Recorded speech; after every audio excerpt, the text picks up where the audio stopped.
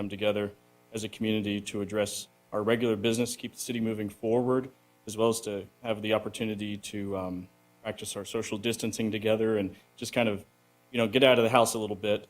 We know that your infinite wisdom and will be just so pivotal in getting us through this.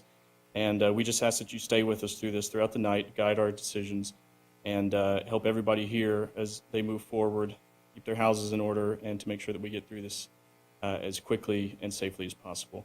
In the name of Jesus Christ, in which we ask these things, amen. Please join me in the Pledge of Allegiance to the American flag. I pledge allegiance to the flag of the United States of America and to the republic for which it stands, one nation, under God, indivisible, with liberty and justice for all. And to the Texas flag, honor the Texas flag. I pledge allegiance to thee, Texas, one state, under God, one and indivisible.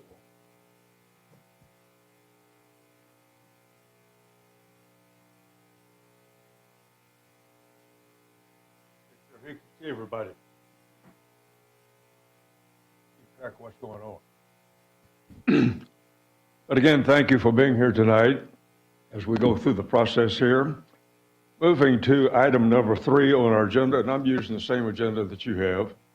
You can follow me, track me along pretty well, which is a roll call, and all of our council members here except for Councilmember Carbone and Councilmember Little. And we will proceed with the attendance that we have tonight. Moving to item number 4, which is citizen comments. I'll ask Mayor Pro Tem tonight, Councilmember Perez. Thank you, Mayor. Thank you for everybody who handed a sheet with their desire to speak. A few of you I talked to beforehand. I know you wish to speak on a particular item. Just because of the nature of what may or may not occur in this meeting, I want to give everybody an opportunity to speak. So regardless of whether you ask for a particular item, I'm going to let you come up here now and speak. There are 2 of you that wish to speak on more than one item. So as a proviso, maybe a compromise, instead of the standard 3 minutes, I'd like to give you 5 so you can speak on both of the items preemptively. So with that, I will call Miss Felicia Harris, and please notice that the microphone is in the rear. That's where we'll be speaking from today. Please state your name and address for the purpose of the record. Please keep your comments to 5 minutes. Since you want to talk on multiple items, I'll let you know when you have 30 seconds left. Councilmember, may I, with the leisure of the rest of the council, please speak on items 6 and 7 at the appropriate time. I would like to hear the comments of the city staff before I make those comments. That is, of course, if the council actually gets to those items. Sure. Thank you. So I'll just use my 3 minutes. And the issue I'd like to raise is the actual conduct of this meeting this evening. I've looked at the governor's order that he issued in connection with his declaration of a disaster. And on March 16th, his office actually issued a press release which said that even as the state of Texas takes precautionary measures to contain the spread of COVID-19, we also have a responsibility to maintain government transparency. With today's action, Texas is reducing non-essential in-person contact for a limited period while ensuring that state and local government entities continue to work to fulfill necessary functions and with full transparency for the people of Texas. I urge the state and local officials to do their part to mitigate the spread of COVID-19 by avoiding meetings that bring people into large group settings. I would submit to the council that this is a meeting of a large group setting and that it is not a meeting that has been called in compliance with the governor's order concerning meetings held during the declaration announcement. The order that the governor issued suspends various provisions of the Texas Open Meetings Act, but it specifically does not suspend the requirement that the public be given a chance to speak.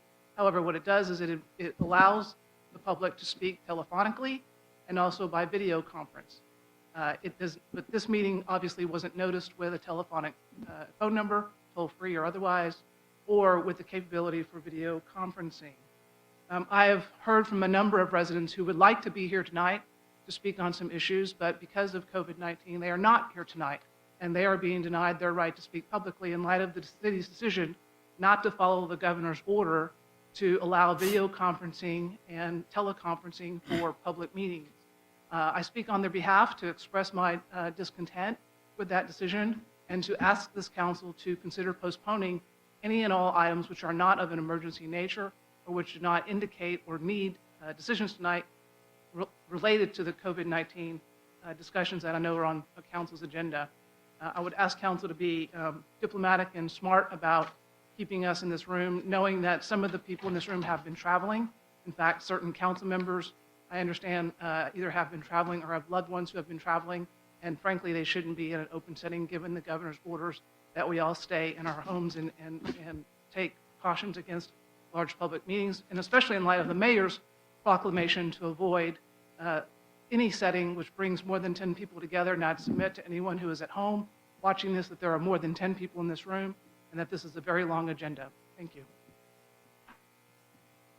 Thank you, ma'am. For the benefit of the gentleman who just put in a packet, Derek, since you put in to talk on item 4, we're asking everybody to kind of speak at the front of the meeting because there may be some changes to the agenda. So I'm not calling you now. I just want to let you know that that's what we're trying to do. So thank you, Derek Reed, 11601 Shadow Creek Parkway. I'd also like to wait and hear what staff has to say on this item and wait until council actually gets to this item. If for some reason the meeting doesn't continue or it's postponed, then I'll just come back and speak on it then. Okay, thank you. Next, thank you, ma'am. Next, Jimmy Davis. Again, kind of the same thing. If you'd like to speak for both items, I'll give you 5 minutes. Since we're already making provisos for individuals on item 4, if you want to wait till that, obviously we've already set a precedent. So, okay. Then again, please, please state your name and address for the purpose of the record. Please keep your comments to 5 minutes. I'll let you know when you have 30 seconds left.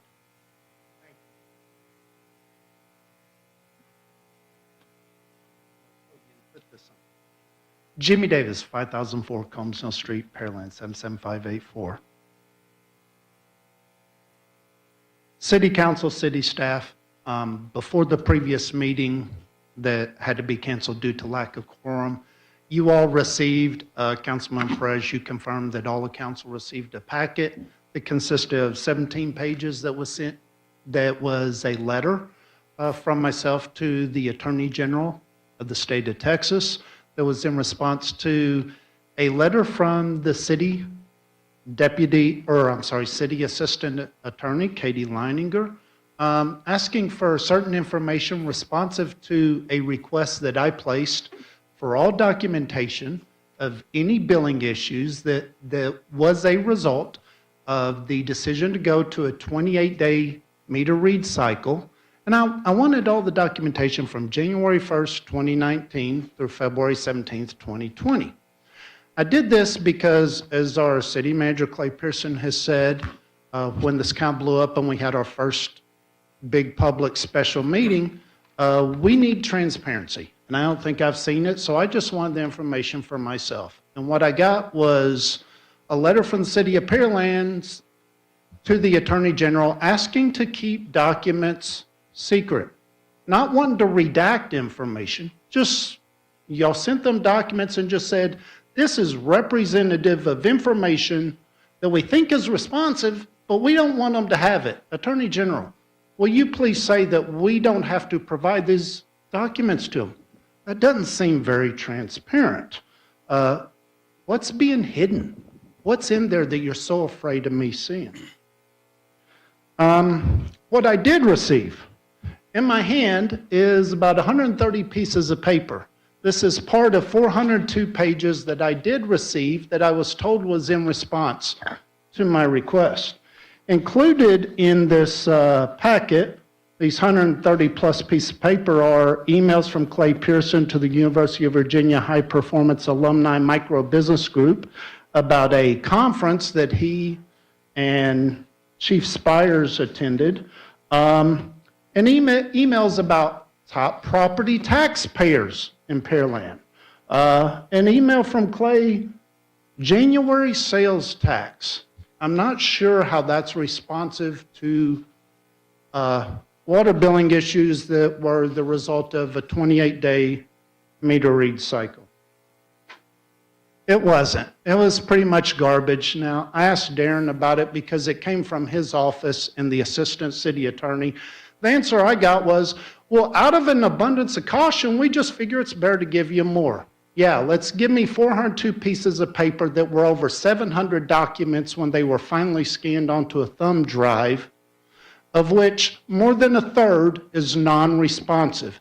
In the legal world, you do that when somebody's doing discovery because they're trying to get answers and you want to bury them. It's a dirty tactic. And coincidentally, I'm not the only one getting this. Lots of people are asking for information and they're getting letters from the city that's being sent to the Attorney General asking to keep documents secret. There's no transparency. One request that I submitted, which was just asking for all the records, all the complaints, we changed in July 2018 due to a large number of residents complaining about more than, uneven billing date cycles.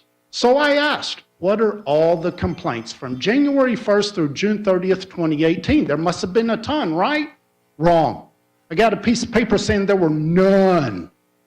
So now some people have said, well, maybe all the complaints came in July. So apparently in the first week of July, maybe y'all got hundreds of complaints and y'all were so on top of it that month the employee that was new in the position on her own implemented her own solution. A problem the city staff said they were looking into. A problem that city staff said the solution by that rogue employee that was fired, there was a good solution. It was a good decision at the time,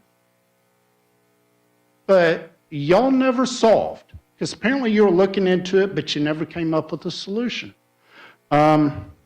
And all this boils down to, people complain about uneven billing days. Since you made the change, I've had 19 bills. 30 seconds, please. 19 bills that covered, after you made the change, 4 of the 19 bills were for 28 days. You need to delay moving forward. City Council doesn't have information. You're not getting the facts. City staff is hiding information. They're hiding it from we, the people. I got to believe they're hiding it from y'all. You need to delay moving forward, especially with the COVID-19. A lot of people want to be here. You need to stop action on this. Thank you, sir.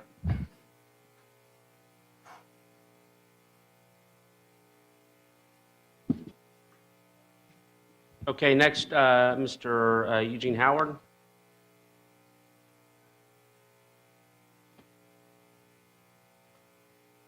Mr. Howard, if you could please state your name and address for the purpose of the record. Please keep your comments to 3 minutes. I will let you know when you have 30 seconds left. Thank you, sir. My name is Eugene Howard. My address is 32 Liberty Court, Manville, Texas, 77578. I am the president of the Brazoria County NAACP. Good evening, gentlemen and ladies. I've come this evening in this dangerous environment, not the council room, but with the pandemic that's at hand. Even with what's at stake, I felt that it was a need to come address the council on what some of the constituents feel and something that's of great concern to the NAACP. Now, we all know that our runoff elections have been moved from May 26th to July. I would really like the council, if you do decide to move forward, to give us a validation, a legitimate answer of how you can possibly hold an election 3 weeks prior to election that has already been rescheduled for health concerns. That is something that is of great concern, given that the populace who work the polls is the demographic that is most at stake. That's my grandma. That's my auntie. The last time members of my community and others had to make a life decision to go to the polls was during the civil rights movement, when they were met with dogs and hoses and clubs. Now, I'm not accusing you all of doing that, but to make a person have to make a life choice, because yes, I am only 36 years old, but my grandmother's in her 70s and her auntie's in her 70s. So I'm putting my family members at stake. Every person in this room must feel a great cause to be here tonight, because we're all endangering ourselves. Covered that. I'm not saying God forbid anything happens, but that's just the legitimacy of the situation. So I'm imploring to the goodwill of all of you men. I know you are good men. I know a lot of you personally. I'm imploring to not fall into it. This is not a partisan appeal. This is a humanitarian appeal. It is just not safe. It is just not safe. Thank you. Thank you, sir.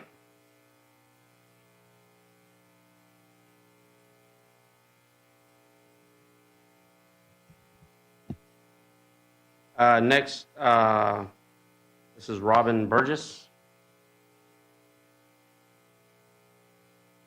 Thank you, Mrs. Burgess. Please speak your name and address for the purpose of the record. Please keep your comments to 3 minutes. I'll let you know when you have 30 seconds left. Okay, thank you. Good evening. My name is Robin Burgess. I'm at 5406 Meadow Spring Court. And I just want to follow up. I want to say to Felicia, I believe that's your name, you did a fantastic job in terms of crafting the issue regarding the COVID-19. I just want to acknowledge that. I don't have to acknowledge it. She did a fantastic job. Actually, the person who would be here speaking is not here, and I am here on her behalf, not just on her behalf. I stand here as a member of 3 organizations here in the city of Pearland. I'm a member of the Jack and Jill of America Incorporated. That's the South Bell Houston chapter that's here in Pearland. I'm also a member of the Lynx Incorporated here. That's the Greater Pearland Area chapter, as well as Alpha Kappa Alpha Sorority Incorporated. That is also the Pearland chapter. Together, collectively, we are more than 300 strong families, not individuals. That's fathers, mothers, and children, both above and under the age of 18. We actually, I just heard about this actually Saturday. We put together a petition, and within a very short time, I can tell you we have a substantial number of names of family members who are in opposition of keeping the election on May 2nd. So I stand here again as one, but with hundreds behind me asking you to delay the vote and follow the mandate or the urgence of our governor and delay the May 2nd election until November. Thank you. Thank you, ma'am. Next, Mr. Jay Daggett.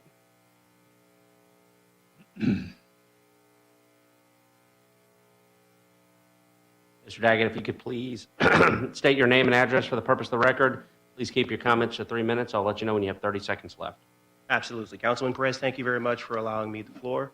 My Jay Daggett, 11601 Suite 111, Shadow Creek Parkway. I am coming. I was taking notes, and I wanted to reserve my comments for an agenda item that may or may not come up this evening.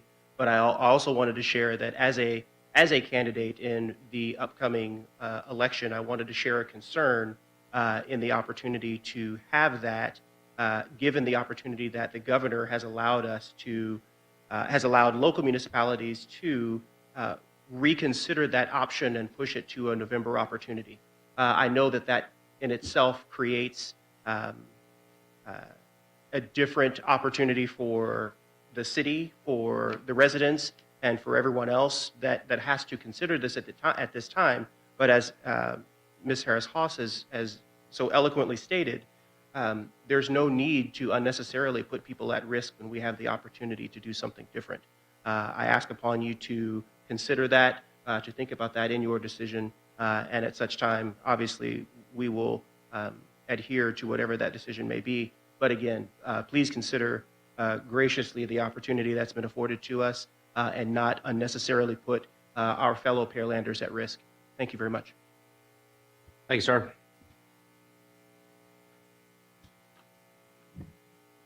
Next, Mr. Thomas Long.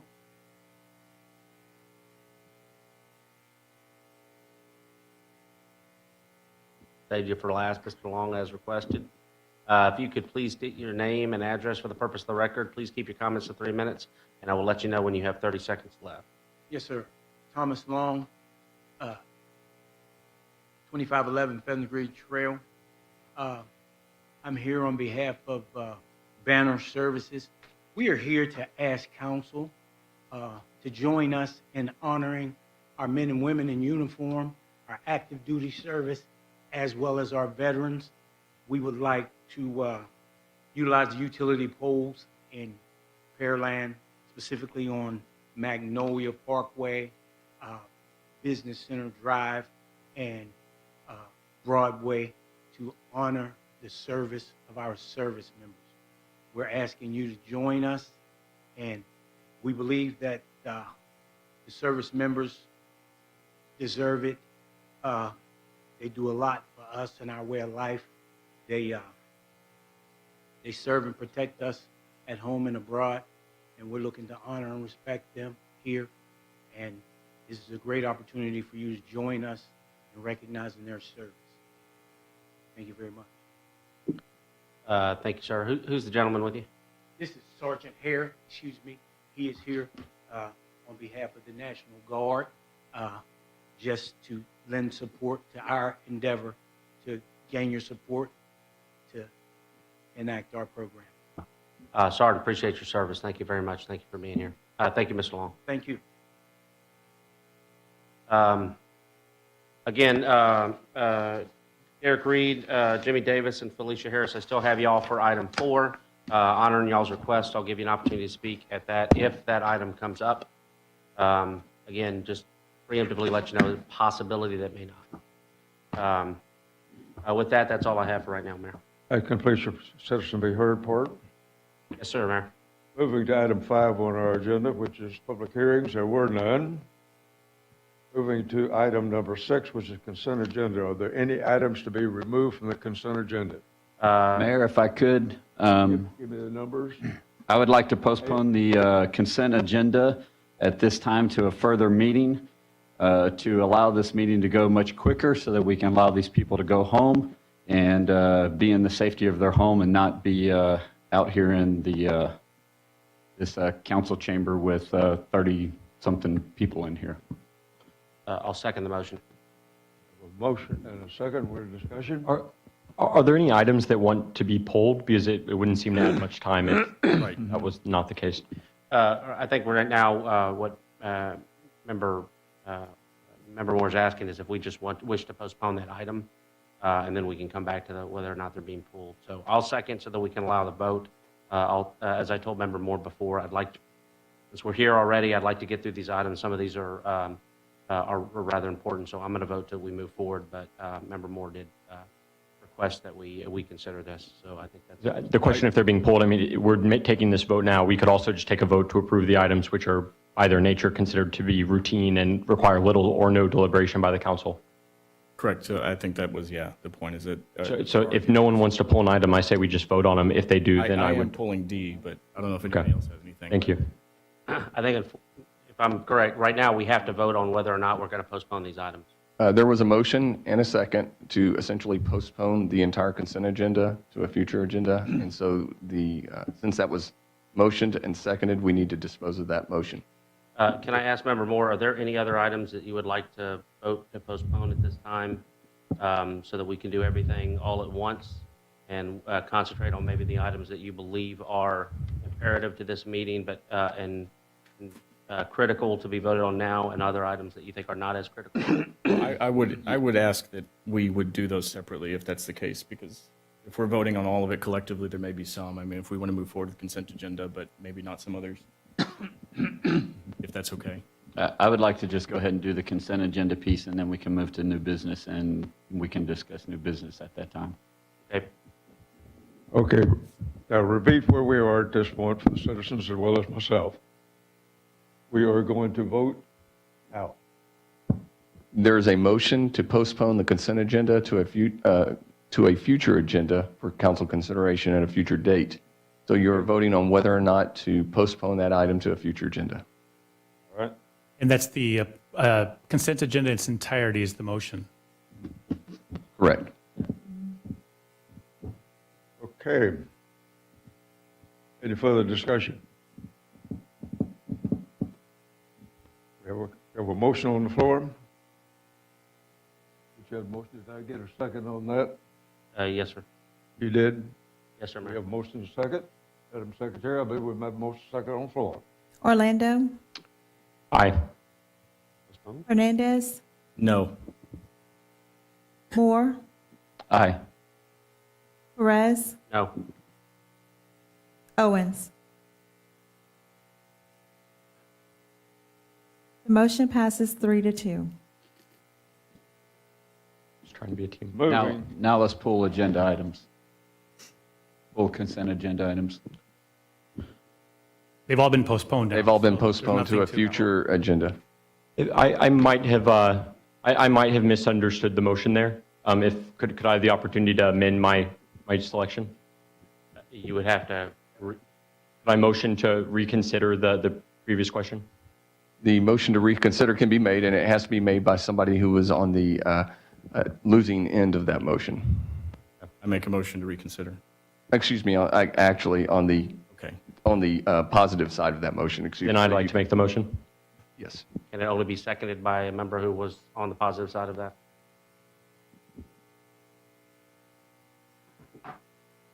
You do have a motion second on the floor here. Any further comments? Okay. Councilmember Orlando.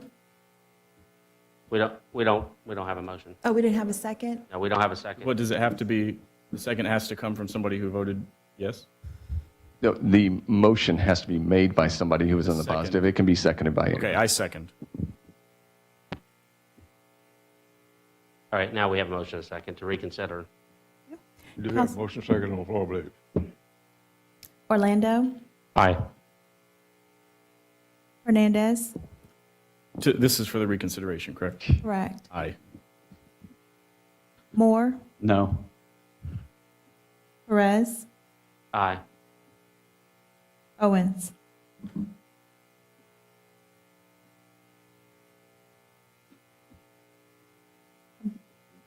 No. Okay. The motion passes 3-2. So now we have a motion, now we have the same motion to vote upon, the motion to postpone that was made by Member Moore and seconded by me. So we're now revoting on that. Councilmember Orlando. That motion, No. Darren, please clarify the motion for us. The motion that is being reconsidered is the motion to postpone the consent agenda to a future agenda.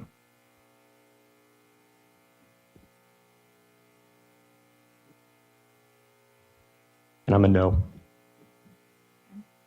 No. Hernandez, No. Moore, Aye. Perez, No. Owens. Aye. The motion passes 3-2. Okay, back to where we were. Mayor, we have a request to pull item D as in Delta. And B. I've got a D. Give me another one. Delta. B as a boy. Bravo. D as in dog, B as in Baker, right? Wait a minute. Are we still on the consent agenda? Yeah, she said it passed, but it failed.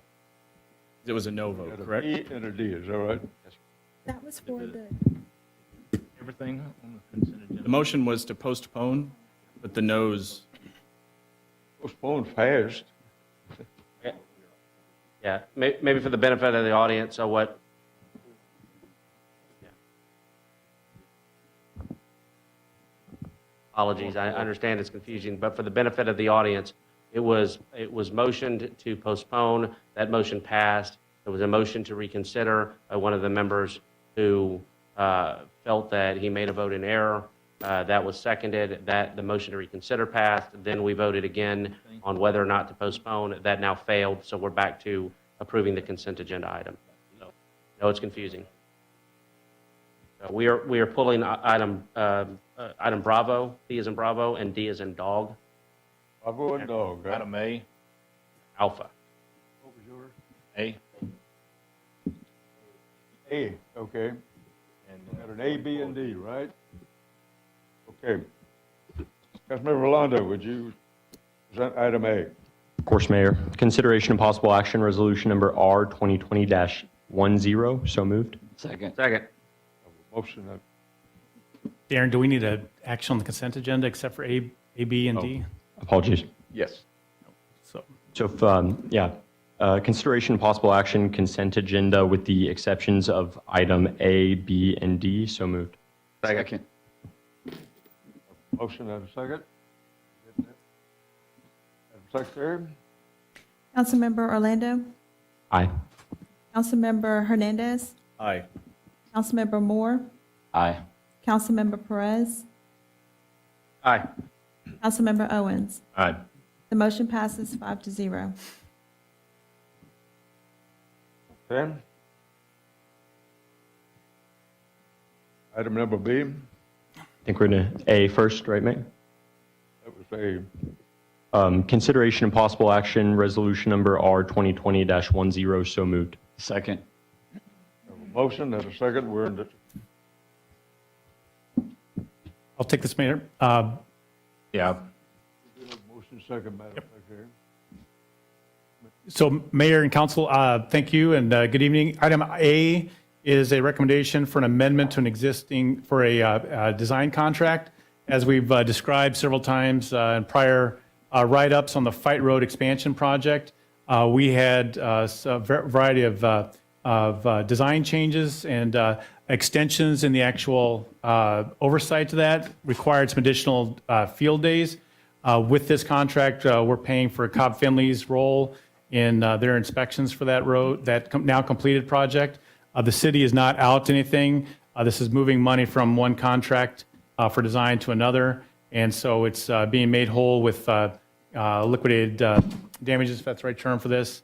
And so the city, again, we're protected and no financial loss to the city for this. But the work's been completed and this papers that up. Council have any question or comment based on staff report? I do. Councilman? Okay. I've received a lot of information on this, and it seems like the information I received that there was actually the job was bid on a set of plans that wasn't completed. That the utilities were not investigated, they were not moved. That caused a delay on the project. And one of my big concerns is how anybody can stand out there and have X number of feet of storm sewer put in when we're paying Cobb Finley for their inspection service, we're paying PTP for their inspection service, and we got our project manager out there. How can anyone sit there and see a set of plans and see that it's going in the wrong location, and it came off a set of plans earlier before they were updated again on there? So I've just got a real big problem on this one. And you're saying that we got $340,000 in LDs on this, and that's not what I found on page 5 of 22 of going through and looking at that. And also, there was movement of dirt over there on that project, and it was coming off from the contractor off of 288. It took 3 months to get that approved. And now we're coming in and charging him $1,000 a day for being late. And it pushed us right up against Harvey at this period of time. So I'm going to ask for this to be tabled on there. And if it goes for a vote, I'm going to vote no on it. I think it's an expense that somebody needs to look at some justification of why this was done and then the way it was done, and information that are out there now. And I have some information that I received out of the contractor on there of delays. and still at the end of the project, there was delays of 3 months before they got anything back from the city. So, and also, it's my concern that people doing the inspection out there, PTP, they were taking off a city job for doing such a poor job. And now we want to come back and pay them additional funds. And so I'm looking for answers on this, to be honest with you. If it, you know, I've been in this business for a long time, and even 13 years with City of Houston Manager of Public Works. And if this had went on in one of my contracts, everybody out there on that side would have been fired. And I can't understand how this actually transpired through there, go through there, and the delays that was in there of receiving information, of transferring the dirt from one project to another and getting it approved. And now we have to come back and 3 months to get an approval on it. Mayor, if you want us to answer that before everyone else comments, but I'll reference the memo back from March 5th that does go through this. This amendment before you is not for NTP. It is to Cobb Finley.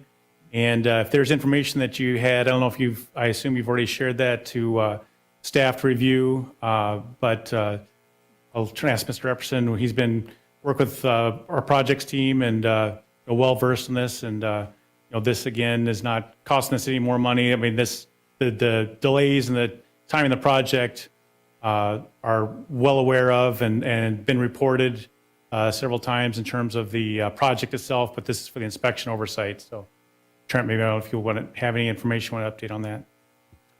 Sure. So if there is any additional information, we'd love that to be passed on to our staff for review. We did go through an extensive review of what the contractor turned in for time delays, and they were given many days on this project for all of the delays that we could justify.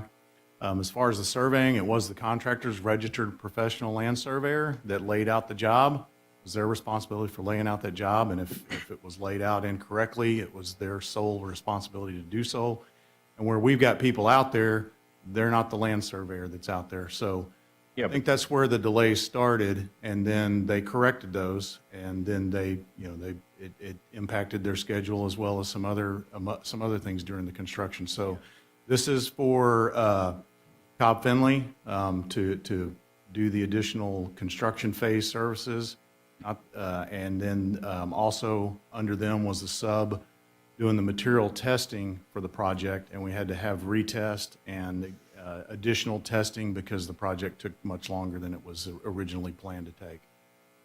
And so as we moved through the project, we had several pay applications move forward that the contractor approved and signed off on that acknowledged the liquidated damages through the project, and we're down to just the final paperwork to make Cobb Finley whole.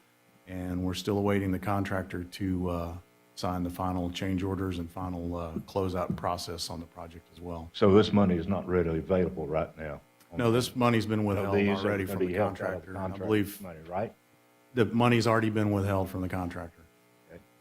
But I guess, Trent, how in the world can somebody sit out there when we're paying 3 groups of people out there to watch a job, and you sit there and you see storm sewer of all things being dug out and the storm sewer pipe laid, and you're coming up to the springboards on each side, and then you're covering again?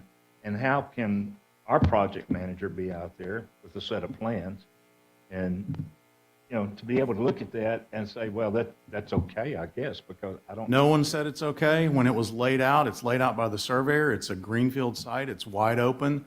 And if the registered professional land surveyor says this is where things go, I don't know that anyone's going to notice that on that type of a site. It wasn't like they ran the storm sewer off in a complete wrong direction. It started slightly in the wrong place, and as you move through the job, it ended up, as the further they went, the further off. And so I'll just that's- reemphasize that the item before the council tonight is the Cobb Finley, which did not do that. This is for their coming up afterwards, and As we've stated, they're being paid from those liquidated damages that have been withheld from the contract already.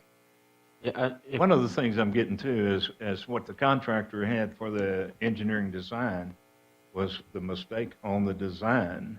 And then when it came back again, it was changed. And when you look at it again. If you've got information on that, we can take a look at that. But to our date, we don't have anything like that to prove or say anything like that, so. Well, I'm asking you to table it till we do it. I don't want to spend any money on it right now until we get to the bottom of it. I don't think it's right, to be honest with you. And there's been so many things coming up, here lately. But the thing about it is, I hate to pay, and then, there's one that's TPT, which we had taken off a job. Is that right? We took them off a job because of not doing a good job of doing the inspection? This item doesn't have anything to do with Yes, it does. ETP. Yes, it does. Because you had them on another job and you took them off. This item's for Cobb Finley. Come on.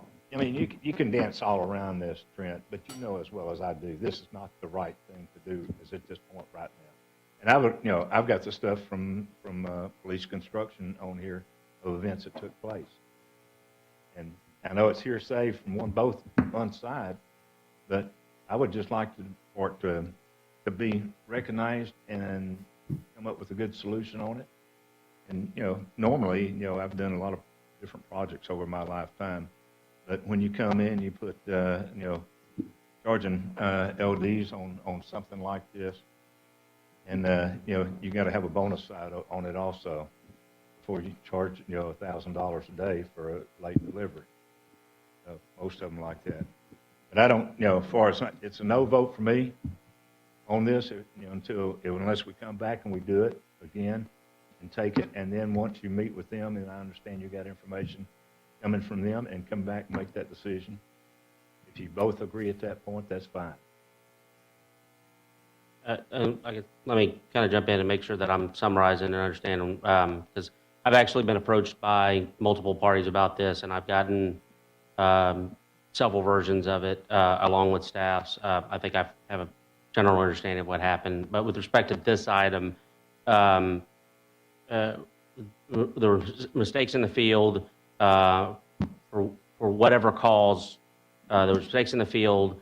Bob Finley was willing to do redesign on the plans in order to rectify the mistakes in the field. They have not gotten paid for those changes. This is allowing them to get paid through liquidated damages. Essentially, that's all we're voting on at this point, right? Is to pay Cobb Finley for the design that they've already provided us. Yeah, and the geotechnical also. And to be clear, you're saying that Cobb Finley made up for a mistake that Cobb Finley did not make. It was the people before them. I don't want to opine. Obviously, there's another member here who has a different opinion, so I don't express mine. Again, being in similar industries, we have access to people who share versions. I don't believe it's. I don't want to share my understanding of things because I don't think it's. I don't think it's really. It doesn't change my opinion about what I believe happened. But essentially, Cobb Finley designed it. Plans were approved. Went into construction. Gone into construction. There was a construction bust that required Cobb Finley to go back and redesign a significant portion of the project in order to minimize the impacts of the construction bust.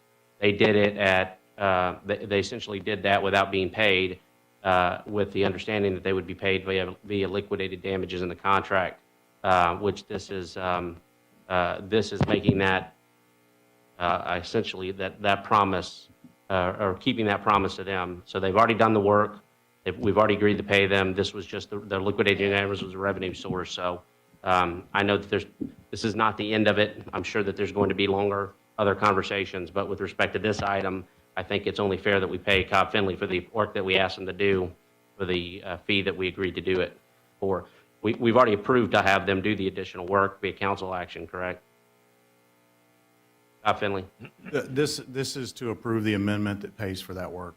Yes. So I don't really think there's a fair way for us not to pay for Cobb Finley to do the work. If there's other things that still need to be discussed after the fact, I would say I don't necessarily think that that's true, but if another member wants to dig in further, certainly he has that right. But I think we in my opinion, we need to go ahead and pay Cobb Finley for the work that they did.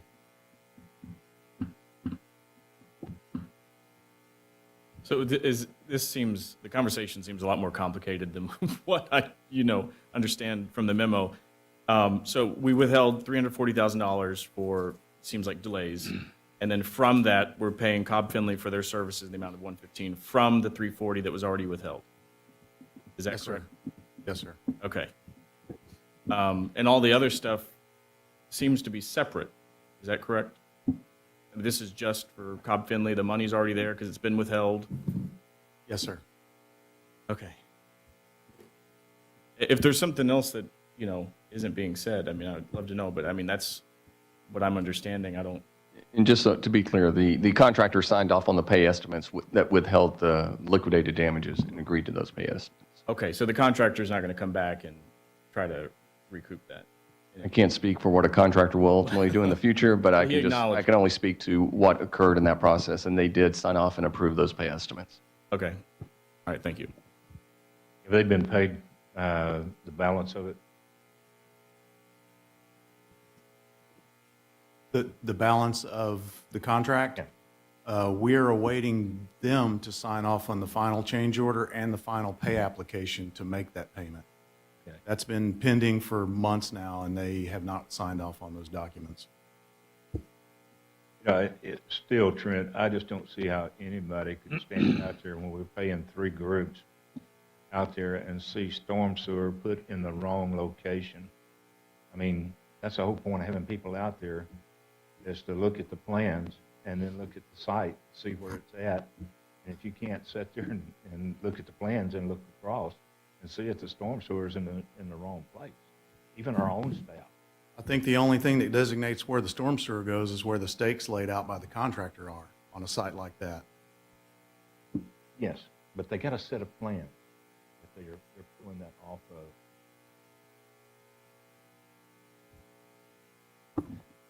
Would a site manager, I'm totally ignorant for this kind of work, but would a site manager or somebody else there have the expertise to be able to look at plans and verify that the stakes are in the wrong place? I think the only way to ensure that is if we had our surveyor out on the job checking up on everything that the contractor surveyor did on a daily basis.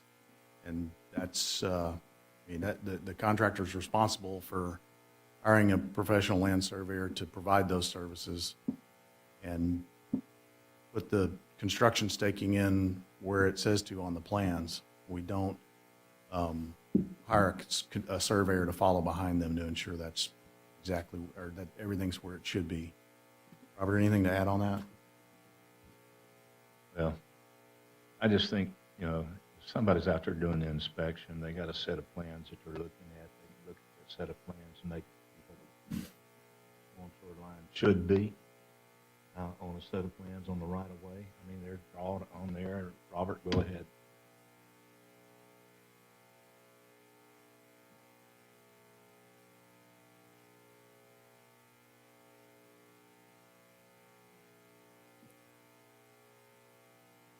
Robert, is the mic on? Just for the live stream. Thank you. I apologize for that, Mayor and Council. The benchmark is provided at the time of design and for the contractor to be able to utilize. It's up to their surveyor that they hire, their registered land surveyor to hire, that they've hired and lay it out accordingly. And if they're labeling the stakes exactly as identified on the plans, then they've checked them. Our construction manager, who is out there, who is inspecting and watching the work, along with the project inspector, is looking at those plan sets. If those survey stakes also match what's on the plans, then it's correct, as based on looking at the field. But if the surveyor has an error in his calculations and has erred that in the project, it's not going to be known until after all of a sudden they start putting batter boards up, in this case, with regards to inlets, and then finding them off and their road elevation off as well. Or you got it staked out there anyway, showing the right of way or the roadway. And if you're putting in storm sewer under the main lanes and past the right of way stake, you can look through on a set of plans and see where your right of way is at and where the storm sewer is supposed to go. Again, Councilman Owen, as related, is if the surveyor has an error in his calculations and mislays out the road across the entire width, but still labels the stakes the same, you're not going to catch it on a set of plans if they still label exactly the same as what's written on the plans, but his curve or his starting point is off. I'm going to disagree with you. Yeah, I spent 13 years with the City of Houston, Director of Public Works. I spent 6 years on the Sam Houston and Hardy Tollway over engineering and construction through there. And I spent another 25 years running offices in 17 states. And it just, I don't know, it's just not normal, I don't think, to do that. It's just seemed like, we're paying for a lot out there, and I'm not worried, if Cobb Finley and they had to go back and do design, pay them, and that's the way it should be. But I see there's a lot of conflict through there between the contractor and the city. There's a lot of delays that I've seen, and through justification on information that, why does it take, putting in field dirt and take 3 months to get an approval, on something like that, and that's figured in, you're being late on delivery. That's 3 months. That's 90 days, and so $1,000 a day. That's $90,000 that it took, to get that done. So, well, the only thing I'm just saying, you can either go ahead and pay them, and I'm going to vote against it. Just because, not against Cobb Finley, I've known him for years, and on there. But the thing about it, I think there's some more information in there that needs to be understood before we make the decision on paying. That's what I'm looking at. And Robert. Yes, sir. Is there any more action to be taken on this holistic item in the future beyond the payment to Cobb Finley? Or is this the only time to discuss this project? I believe this is the final contract that needs an amendment on this contract to close the project. Is that correct, Robert? That's correct, other than awaiting police's signing of the final reconciliation of quantities, so then we can pay their retention. And is there any, But nothing further that would come to council. is there any liability on the city's part for whatever outstanding signatures? I mean, if we pay Cobb Finley, because their work was done, obviously, and it was done as a corrective measure, and I think that we should pay them. I don't know, listening to Member Owens, I don't know what else there is, but, obviously I don't want to spend money prematurely or in error, but it seems so clear cut to me based on the information that we have. I'm just having trouble reconciling what outstanding pieces there may be.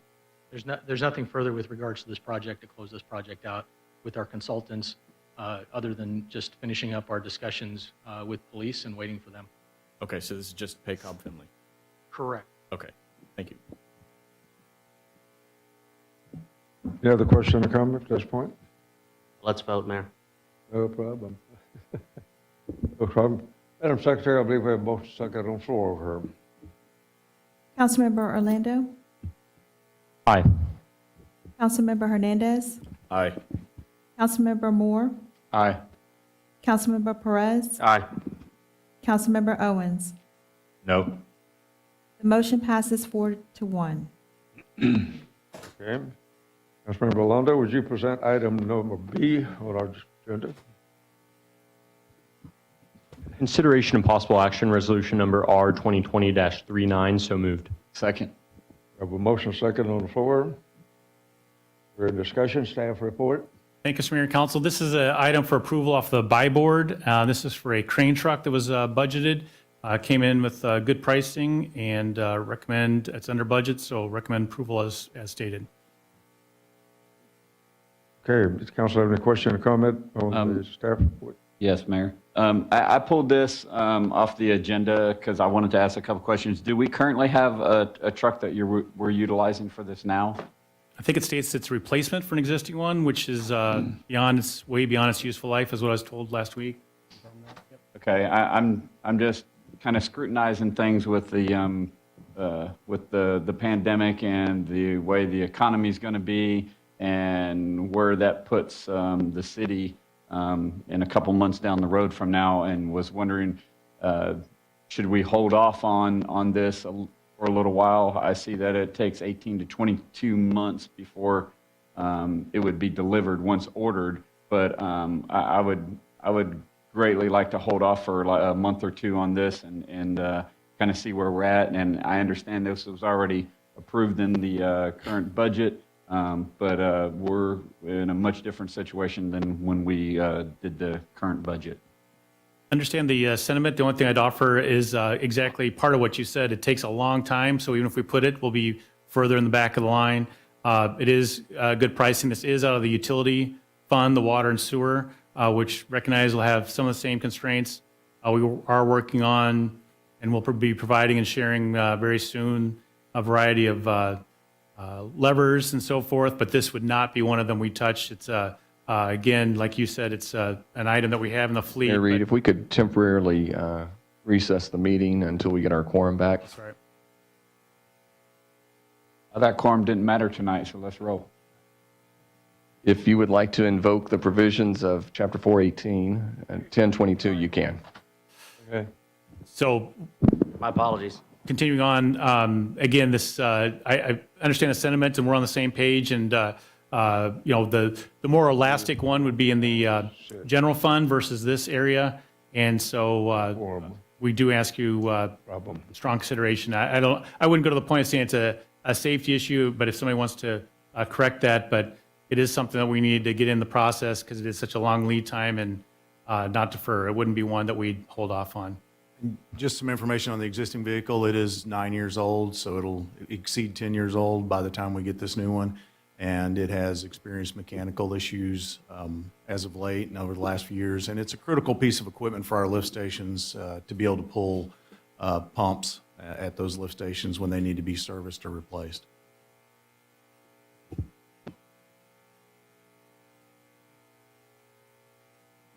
Any other comments or questions regarding this issue?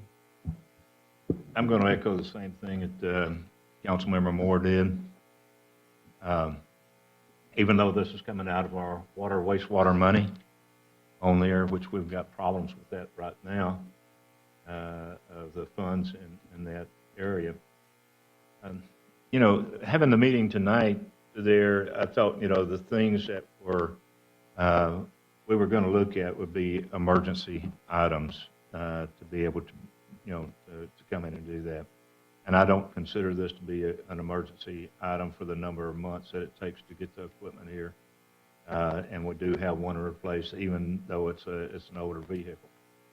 So, that is my concern of it.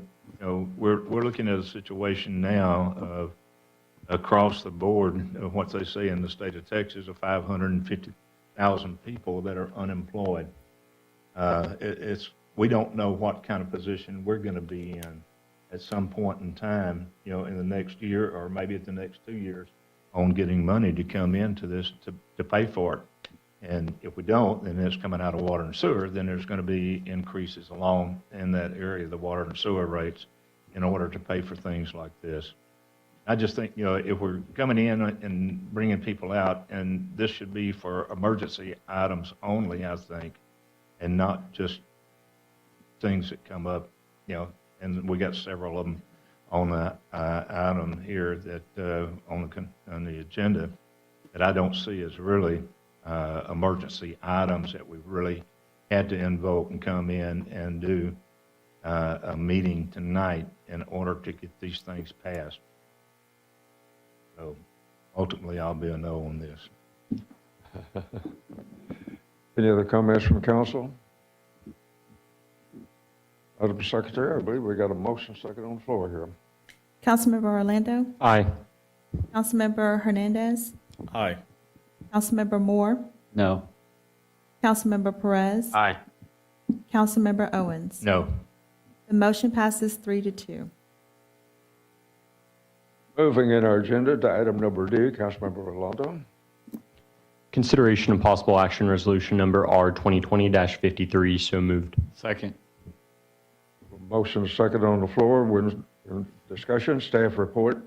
Thank you, Mr. Mayor and Council. This is a renewal for our telephone system, existing system, but as a piece of technology, and even with this renewal, we're able to get upgrades with that. And I believe one of the items that maybe want to be highlighted is that this, including the new Cisco package, it provides a transition for our services to the Cisco Enterprise, which then opens up additional features. And one of the biggest ones that's going to be germane is allowing us to WebEx, so that with the approval tonight, which we didn't have before, we'll have the WebEx Cisco Enterprise system, which will allow us to provide web conferencing, and obviously, we'll newly be able to have ability to conduct meetings, including council and board and commission meetings with that software,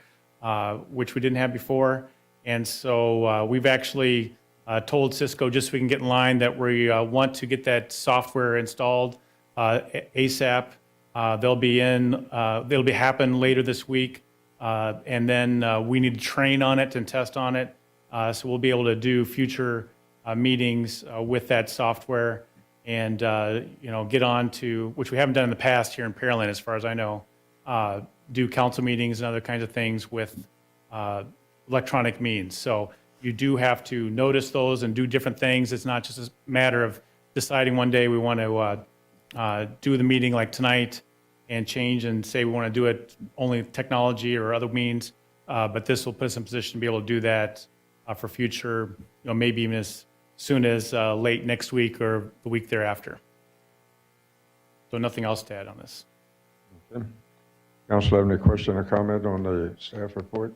Mr. Mayor, so I pulled this item specifically so that the public would have the opportunity to learn that this particular item is bringing forward the opportunity for us to conduct meetings electronically, which, and staff, I would love for you to confirm that this will also allow the public to interface during those meetings as well, correct? Great, good point.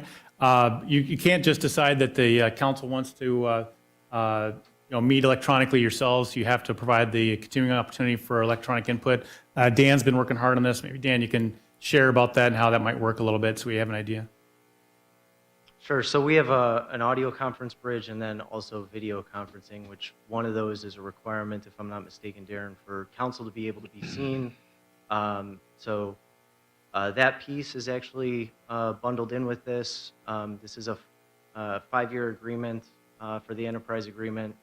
The technology exists.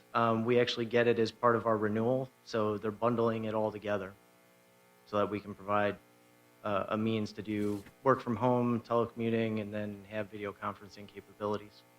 Okay, thank you. Yeah, so I just wanted people to understand, part of the reason why we had this meeting tonight specifically was to move forward with this, to give us the option and to give the public the option to do these teleconference meetings in the future so that we don't have to go ahead and obviously go against the governor's order and recommendations from the CDC. So I appreciate everybody giving us that opportunity tonight. Just to clarify, good points, Member Hernandez. We don't believe there's other public meetings going on tonight. Other cities, as you know, have met late last week, I believe tonight too. So the governor's recommendation talks specifically about social gatherings of 10 or more, did not prohibit any way, shape, or form what the council's doing here tonight. So we've vetted this meeting with our experts in the field that deal with this hourly, from emergency management, from fire, health, safety, from our risk manager. Steps have been taken. And so obviously it's a judgment call on the proceeding with the council. These agendas get formed weeks ahead of time, and it was much different 2 weeks ago and different last week. So, but this, as you said, if we want to do going forward, we'll be in the position to be able to do other meetings with these electronic means, but we need to have this in place. So just to clarify, there's nothing, absolutely nothing contrary by this meeting here tonight. I can appreciate that. I'm just speaking to the concerns of the constituency that's here tonight, obviously trying to make the decision to come join us or not. This would give them the option to join us, remotely, which I think would make everybody more comfortable. Yep. Thank you. Yeah, I just second that. We're trying to react to this as quickly as we can. There are a number of items that would compel us to meet tonight.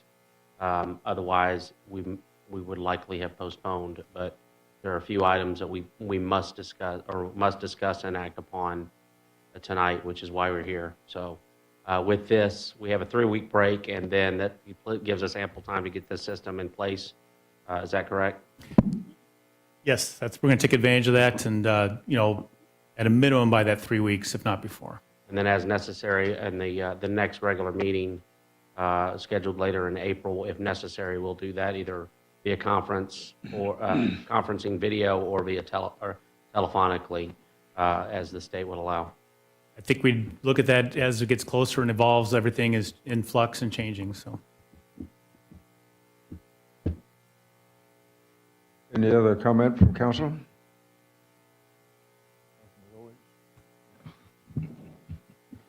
I go through and look at this, and it's, $274,680, $274,680. And you got it checked that this is cash. It's an annual expenditure out of, we're not borrowing for it, I believe, yeah. Yeah, I was just wondering, it says cash, but it's pending the budget for FY 20, 21, 22, 23. Well, the nature of these things, the technology companies, software, with the licensing, where each year gets approved subsequent budgets, that's all that's flagging for that. Okay, so we're not up front paying them $274,000 to come Correct. install it. We pay annually the amounts that are described in there, yes. Okay. Any other question or comment? Hearing none, Madam Secretary, I believe we have a motion second here. Councilmember Orlando? Aye. Councilmember Hernandez? Aye. Councilmember Moore? Aye. Councilmember Perez? Aye. Councilmember Owens? Aye. Motion passes 5-0. Moving into our agenda, item number 7, which is matters removed from the consent agenda. Of course, I removed items A, B, and D, and we just completed those. Moving, item number 8 is new business. Mayor, if I could make a motion to remove all items off of new business except for item number 1, 2, 3, and 4 that are directly to the COVID pandemic. So moved. Got a second on that? Second. Is that an aye? I second the motion so we can vote upon it. That in place. With that information in place, so we move to staff report.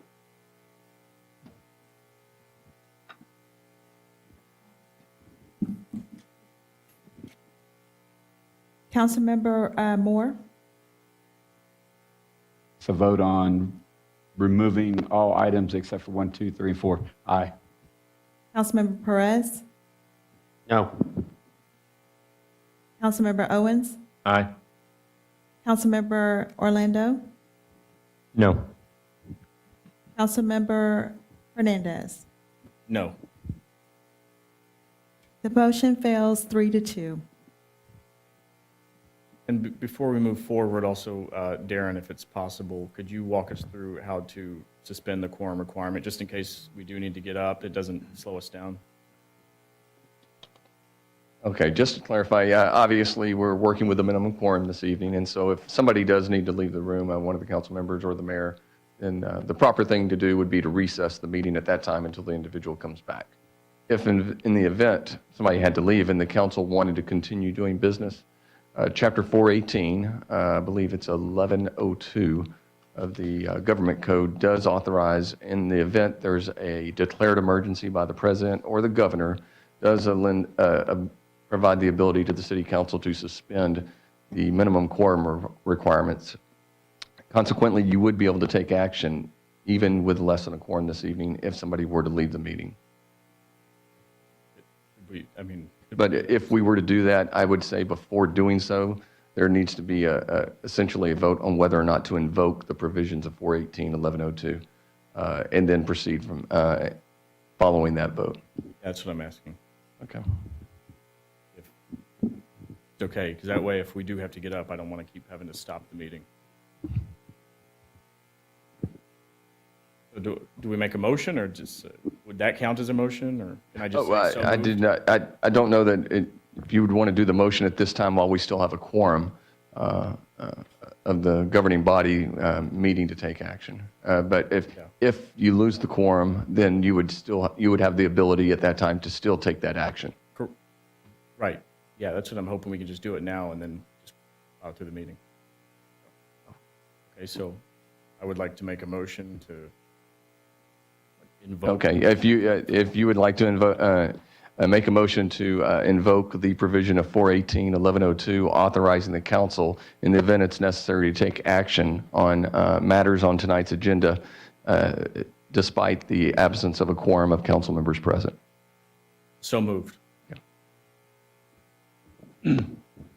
Okay, do we have an absence agreement on that? We need a second. I'm going to, do we need to vote on that at this point? There's never, actually, it could not be an item on an agenda because the concept behind 418-1102 is that it's an emergency and there is no quorum available. And so it's just essentially authorizing the ones who are here to invoke that provision. So the appropriate thing would be to have a second if the council wanted to second that and then take action on that to invoke those provisions. If the council chooses not to, then it would die for lack of a second. One of my intents was to ask our city manager to pick this up and give us a background and action needed at this point. I think Mr. Coker's actually explained it pretty well. Mr. Hernandez is preemptively suggesting to do that, so need a second and then just consideration of that.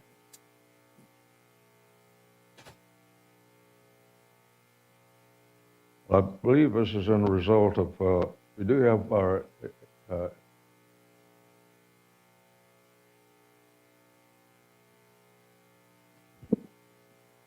And we need to recess because I need to run to the restroom, so. I think the issue is that we just need a recess so one of the members can go. Right. So, Mayor, can we call for a recess, 5-minute recess? we do have our instant manager here. Mayor, it's really a procedural thing on the part of the council, how you want to proceed, so it's. I understand. Is there, you need to decide if there's a second or if you want to recess now, so. I'll second it. I mean, come on, let's go. Or I'll leave the room. I mean, I second it. So then if you want discussion or call the question, or wherever that may be, to invoke that clause, or however you want to proceed, it's up to you. I'm sorry, what is your need to be able to speak? I think we're just going to break quorum right now so the member can go to the potty because that's all we're trying to do is let him go to the restroom. I think, did you sign up for that? We currently do not have a quorum, so the meeting would, We are now Mayor, in if you recess. could formally recess the meeting for the time being. Okay. At 7:53.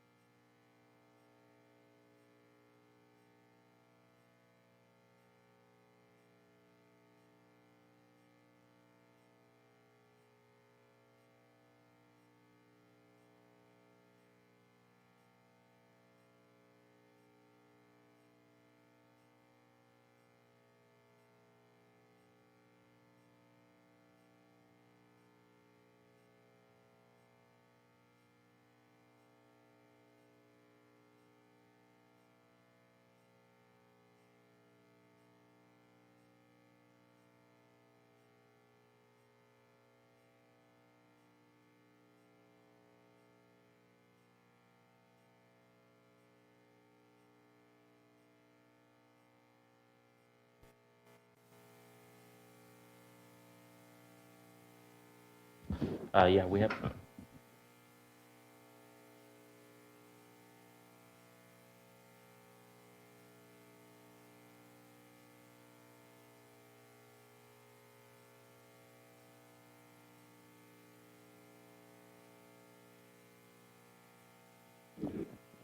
Council is back in session at 8:07.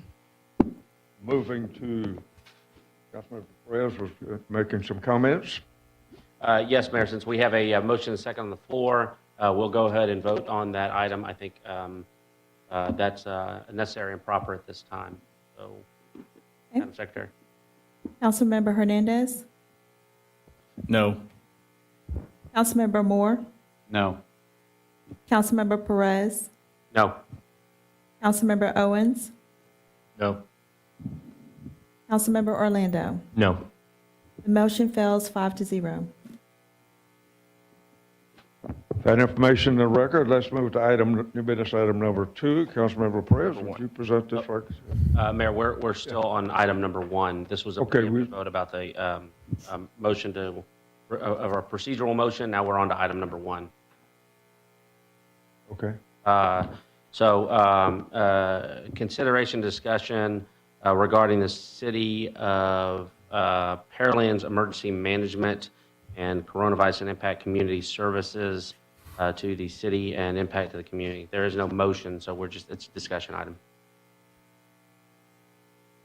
So, Mr. Mayor and Council, this, as was Member Perez just described, this is strictly a briefing. We want to take advantage of the opportunity to provide a high-level overview of where we're at, the structure we're using, and this is obviously constantly evolving. We did institute the emergency incident management team 3 weeks ago. At that time, designated Jason Jackson as our incident commander, given his expertise and familiarity.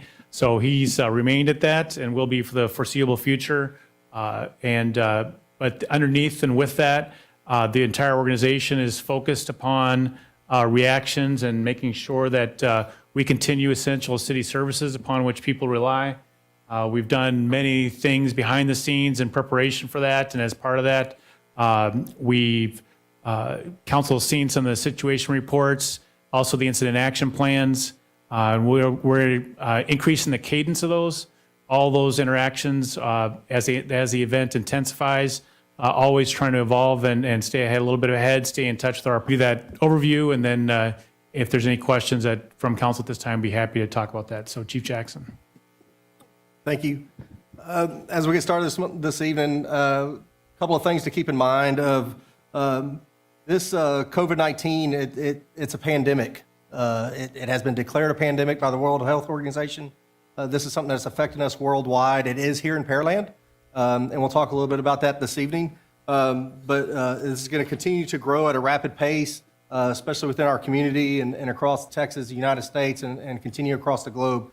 We're far from over on this. It's going to be with us for a little while. So as we discuss things throughout tonight and over time, please keep in mind, we're in this for the long haul. This is a marathon. It's not going to be a sprint. This is going to be a very long time within our community. It's going to take us a little while to get through all this. But as we talk this evening, these are kind of the things we'll touch on. We'll talk a little bit about the current situation we have here in Pearland and across our region. We'll discuss a little about the incident management team, where it formed from, what our responsibilities are.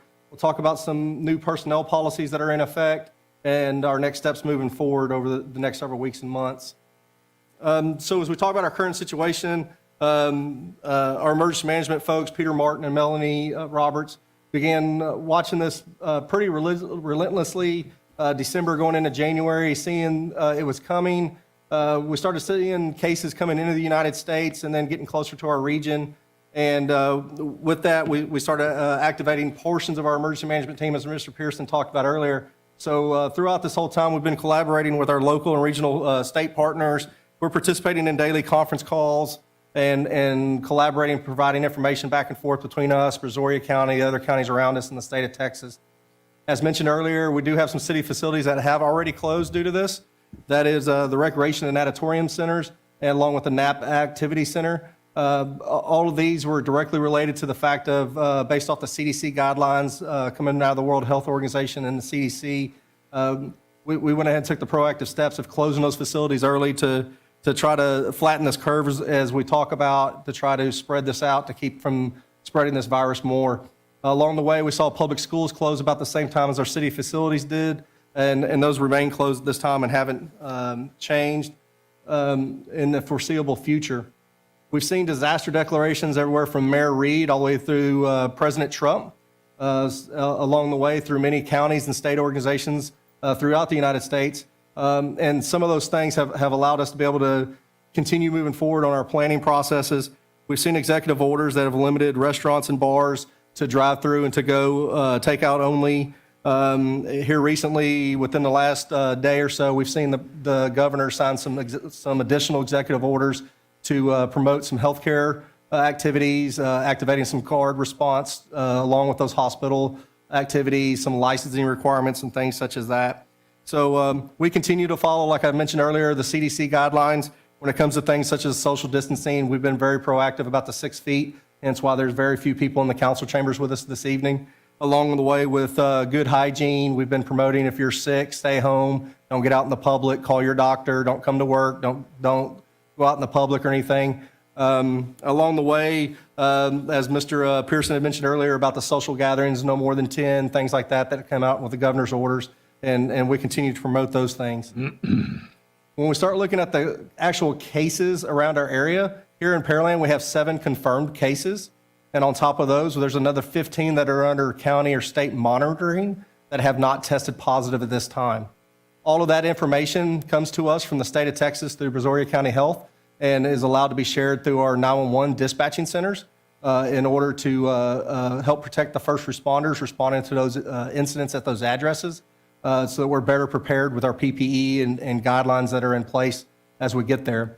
As you also see through on that slide, those numbers were about 2 o'clock today. We're good and accurate. I'll tell you those numbers have changed since now. Pearland, we still continue at 7. Brazoria County updated about an hour and a half ago.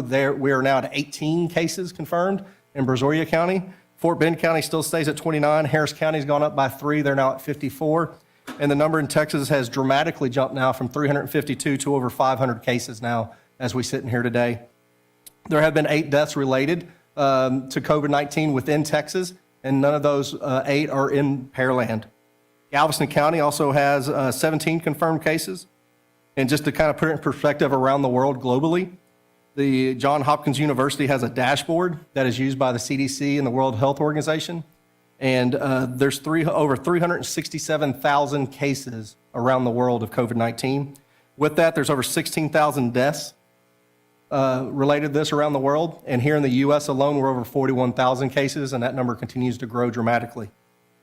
Testing is becoming more and more accessible, as we've seen some drive-through testing locations here in the greater Houston area. There's 4 of them now that are now open to the public.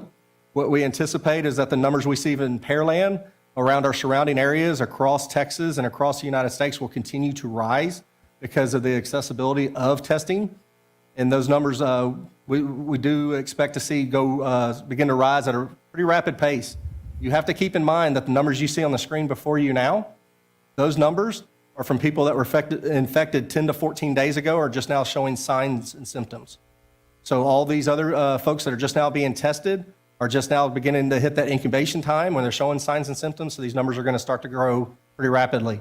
To put it even more perspective for you, the Pearland number of 7 was 1 less than 4 days ago. That's how fast it's grown. We're starting to see these numbers climb pretty quickly on us, and it's not going to slow down anytime soon.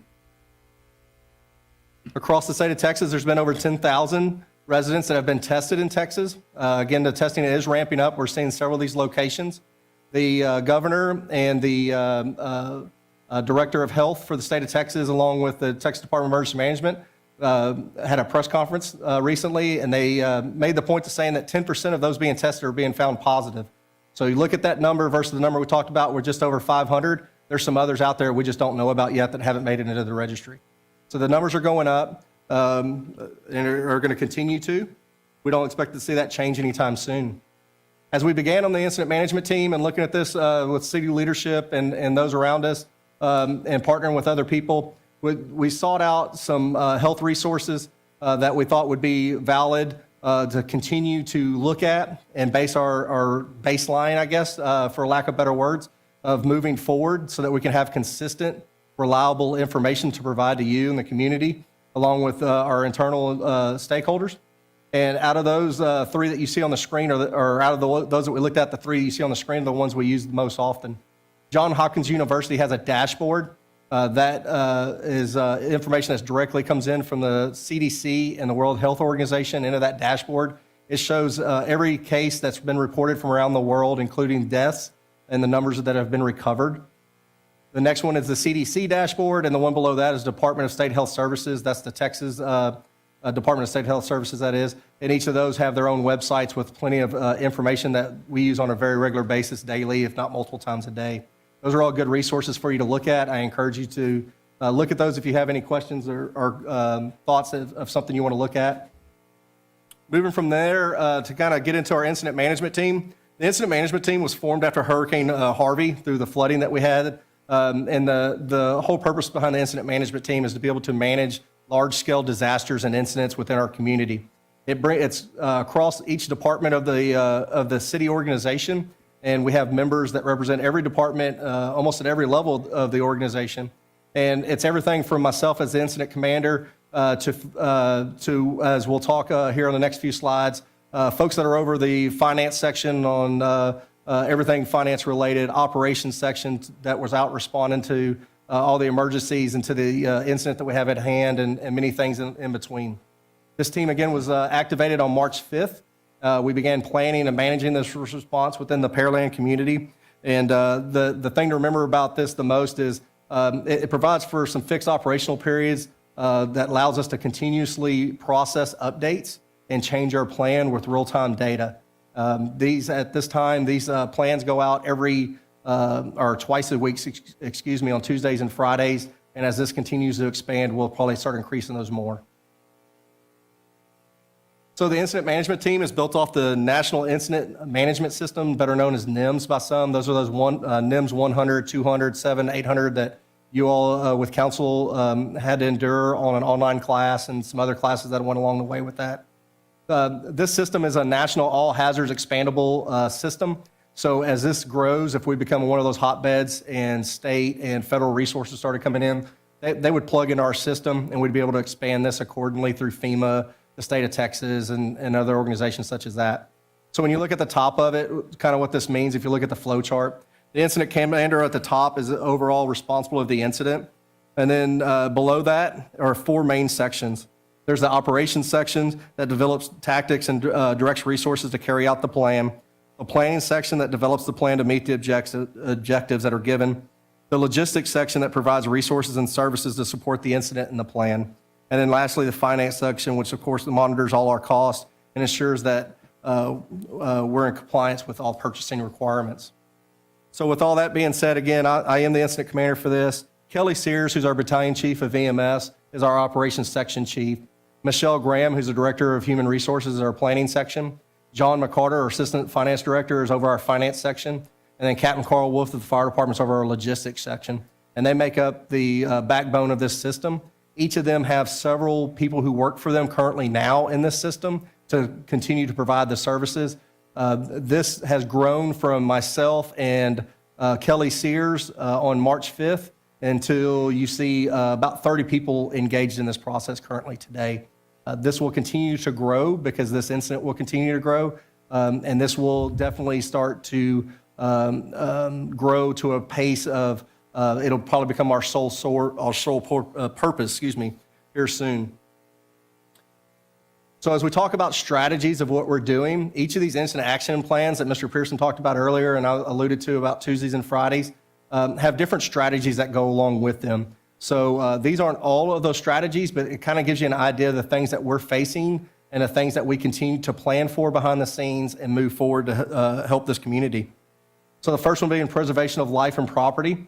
So we're preparing for responding and supporting additional cases that may come to us. So again, we have those 7 cases. We have 15 other locations that are under monitoring. So we're constantly responding to these types of things, everything from the 911 dispatch centers screening calls for patients that may have the symptoms to the first responders that are actually making the calls and providing services to the community.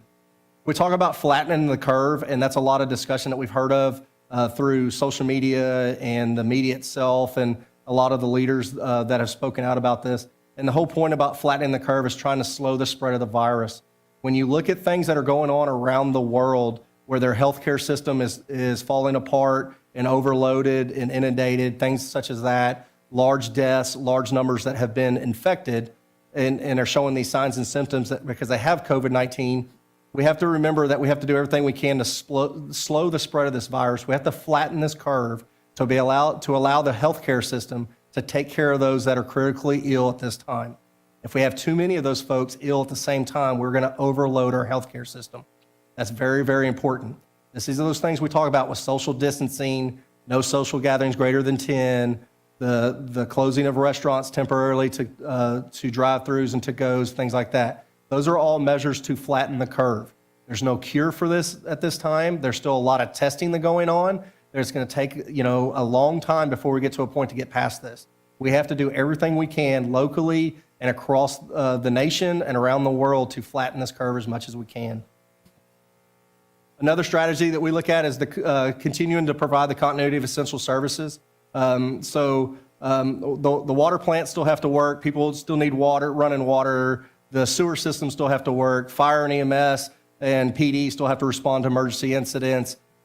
City business, such as what we're doing here today, has to continue to move forward. And with all that, we continue to plan. And again, we need to settle in for the long duration. We have to think outside the box and remain flexible. This is ever evolving. It's changing literally by the minute and by the hour. These things are changing, and we have to be willing to be flexible to change with them. We're also monitoring the economic and city financial impact. John McCarter and his group to the finance section is already beginning to work on what's that look like for us long-term, short-term, making sure we're following those purchasing requirements and things like that, tracking expenditures, burn rates, and all those other good things that we talk about when it comes to storms and stuff when we get to this point with emergency management.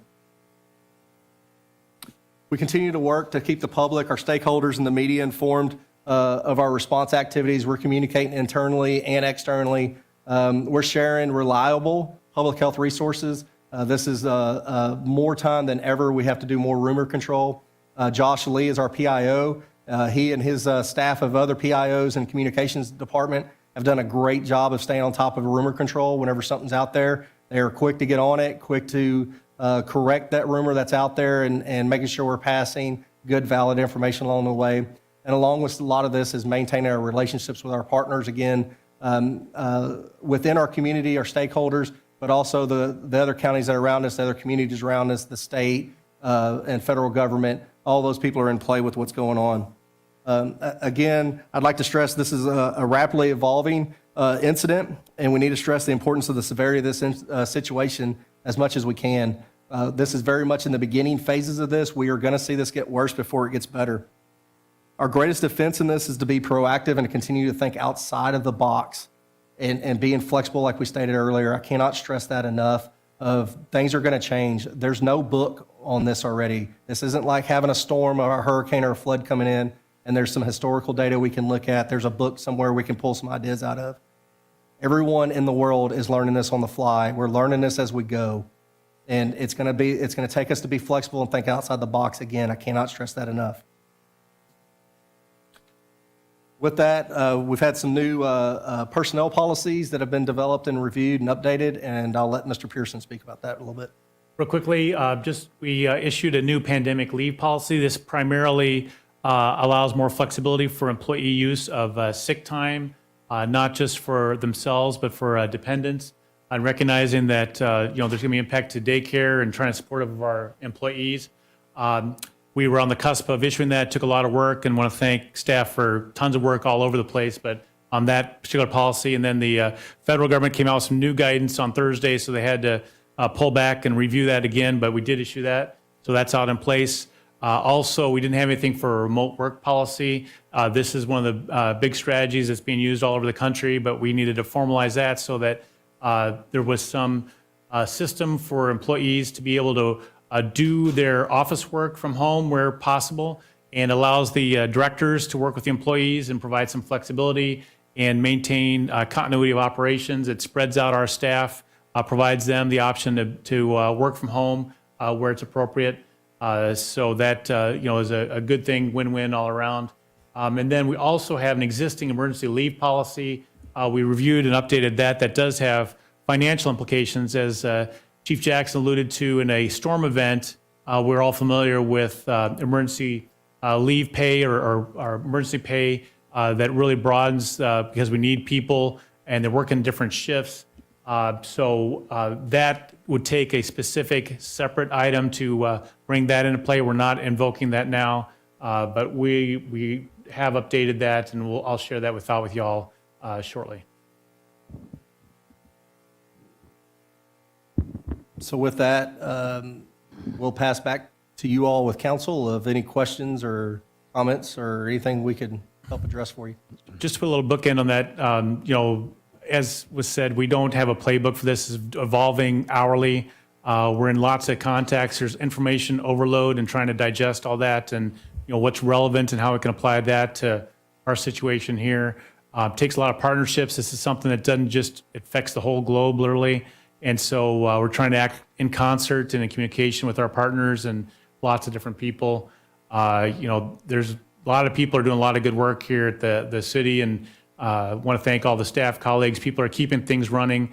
We obviously salute and appreciate police and fire, but also the public works crew that is keeping the water and the sewer plants running, traffic signals, all those kinds of things, essential services. We do it when people need us.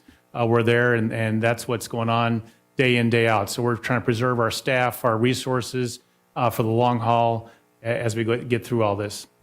Thank you, sir.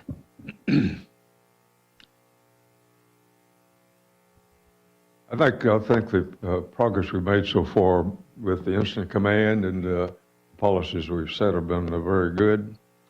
And I think that they'll be productive, but we still have the problem of rapid infection that we have faced with. And I think the incident command has been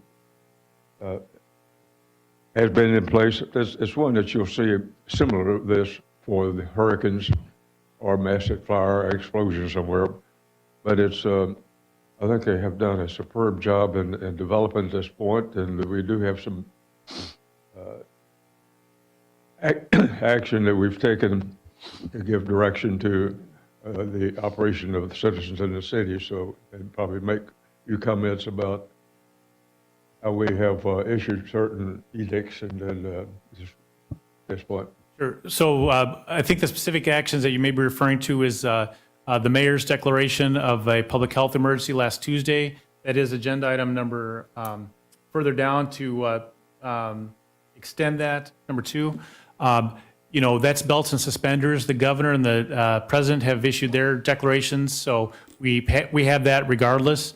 And under that emergency declaration, it's the mayor's responsibility to review and receive recommendations and different orders that come underneath that. You've issued those, and so we're applying that. One, for instance, on the takeout food and restaurants, that's been upheld by Pearland restaurateurs and customers, and so appreciate that.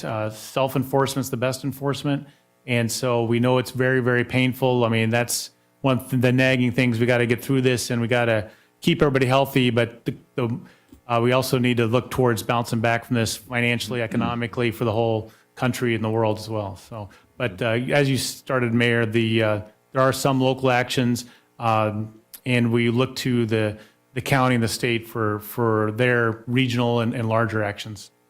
We'll explore that a little more at item number 2. So, Councilor, go ahead. Questions at this point? I do have a comment. Sorry. So I heard a lot when multiple different agencies and stuff were talking about the factor. Like, so if there was 10, then they expected that we would have X amount of cases from that.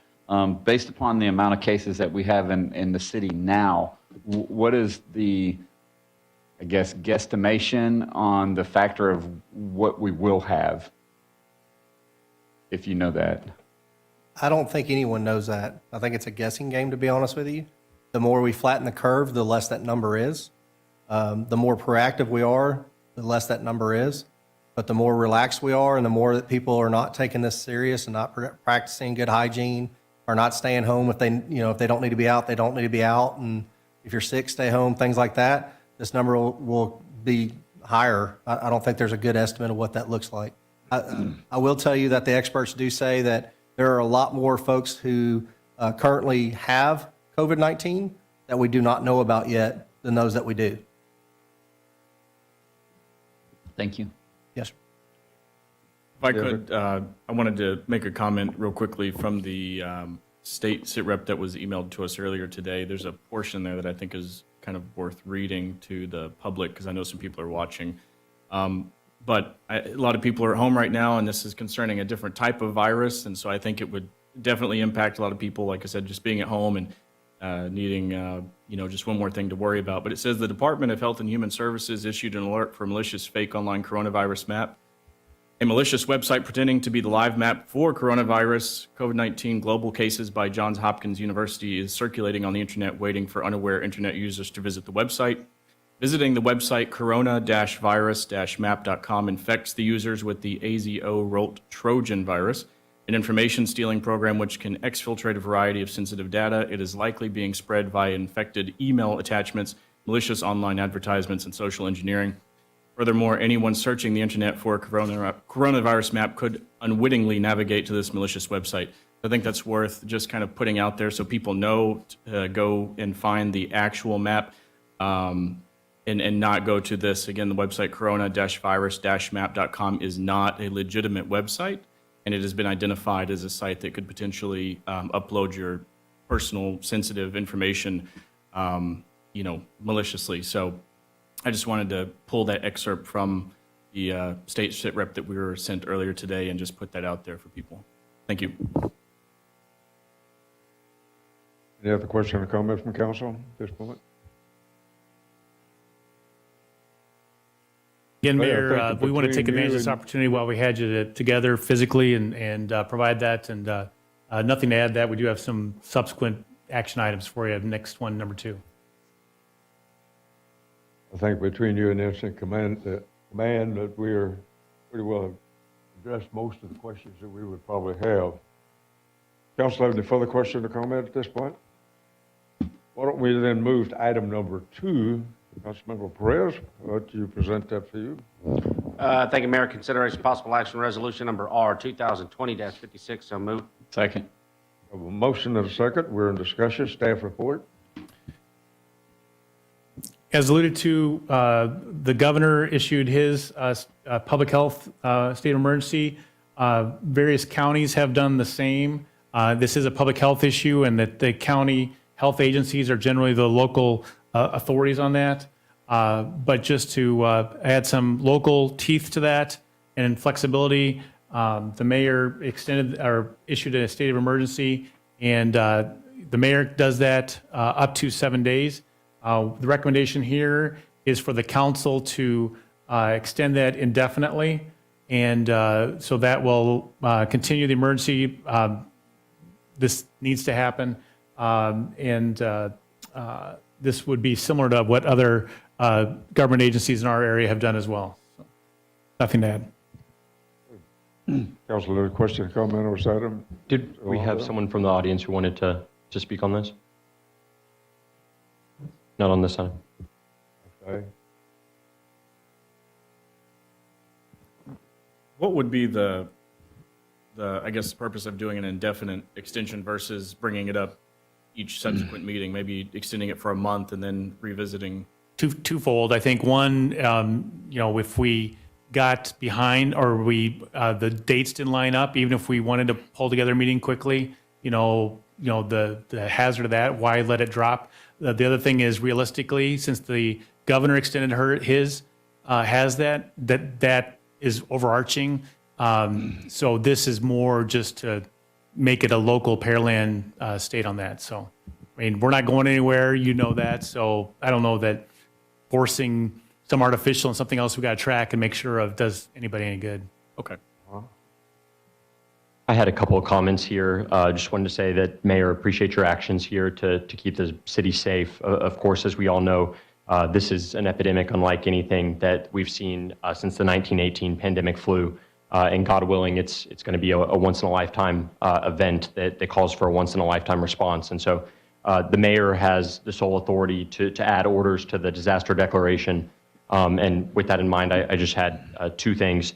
One, not any kind of critique at all. We needed quick action here, but just something I saw in another city and just wanted to suggest maybe for the future. I saw a meeting in Alvin where the mayor and the council members got together and discussed, kind of brought the different perspectives together and used that to formulate additional orders that were put on to the disaster declaration. So God forbid in the future if we're dealing with something or if this continues on, think that might be worth considering. The second thing, and this is something I've communicated with Mayor Reed already, but just wanted to say it one more time. Shelter in place, I think, is something that is going to be imminent for a lot of people. It's already been put in place in a couple dozen states and major cities. I think while we were in here, it was put into place in Galveston County. It was put in place in Dallas County, and the commissioner there said that from their conversations with the leaders in Harris County, it was imminent there as well. I think it's definitely something that we need to consider with Mayor Reed at the helm. Pearland has been a leader in this region and in the country for many years, and we can't afford to not be a leader right now on this. This is an exponential disease, and every single person that we prevent from getting it today might mean hundreds or thousands of people who don't get infected with it in the days and weeks ahead. Just a note from the figures we saw up there earlier, for every one person we have in Pearland, there are 50 people in 50 people in Harris County. For every one case of coronavirus in Pearland, there's only 8 cases in Harris County. So that shows you how much greater the concentration is here, relatively speaking, and kind of the urgency. And looking at a local level in Italy, the very first case was in a city called Condogno, and they rapidly shut everything down as the cities around them waited. And today, as the pandemic intensifies in those cities, Condogno has got the situation under control. So even one city can make a big difference. And I'll end with just one quote from a highly acclaimed article that's gotten praise from a lot of epidemiologists, political leaders, and thought leaders from a couple days ago. And that article says, the title of that is Coronavirus, Why You Must Act Now by Tomas Puyo.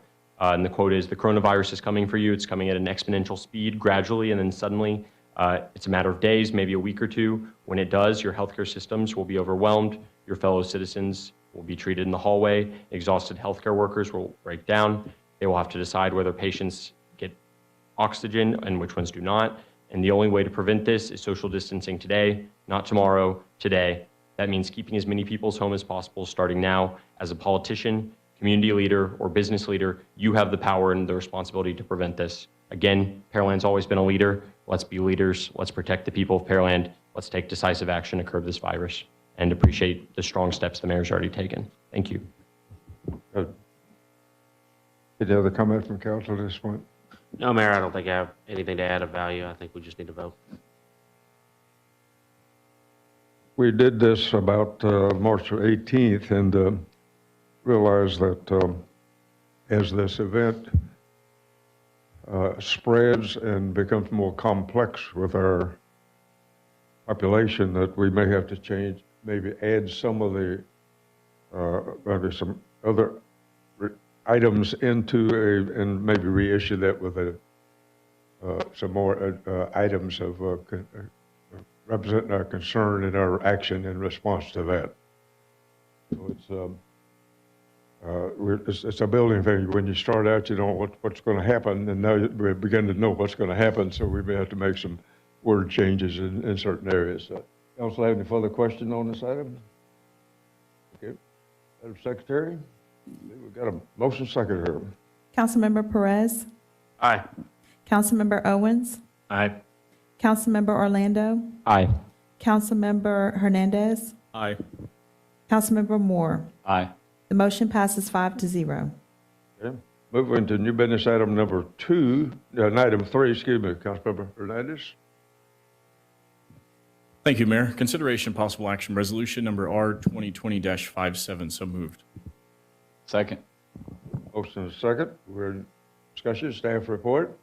Thank you, Mr. Mayor and Council. This is a policy resolution asking the council to endorse requesting the governor to consider, we have a Type B Economic Development Corporation, the Pearland Economic Development Corporation. Use of those funds collected from sales taxes are restricted very narrowly for business development, primary jobs, and the support thereof. This would ask the governor for consideration to open that up. I'd suggest, too, that we consider broadening that a little bit, and maybe at least in the transmittal letter, we ask for consideration for the rainy day fund to provide relief. This is going to be a major economic loss to businesses large and small across the spectrum of industries. And so we need to get all the flexibility and options possible. But Matt wanted to touch on the resolution and some of the quick things we're doing along these lines.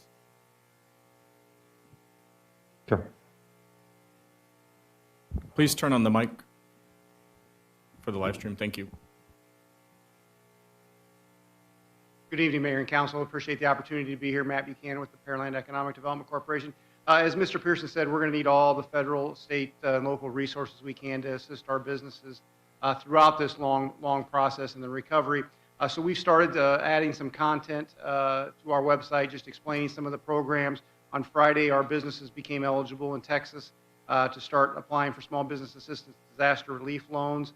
So we've been pushing out information. There's tax credits for childcare for employees who need to be home with their children, that employers can get tax credits for that, tax credits for leave that's required regarding the virus, and other resources that we've got up now. On the next slide, you can kind of see some of the things that we've done for outreach so far. In addition to the website, we're going to be doing some social media things. We've sent emails out to all of our businesses. We're working with the Chamber and the Small Business Development Center, and they've also been sending out this. We've done a press release. We're going to do a mailing just to make sure we catch everybody that we don't maybe have electronic communication with, just to make sure that we're thorough. And obviously, we'll be doing this on into the future.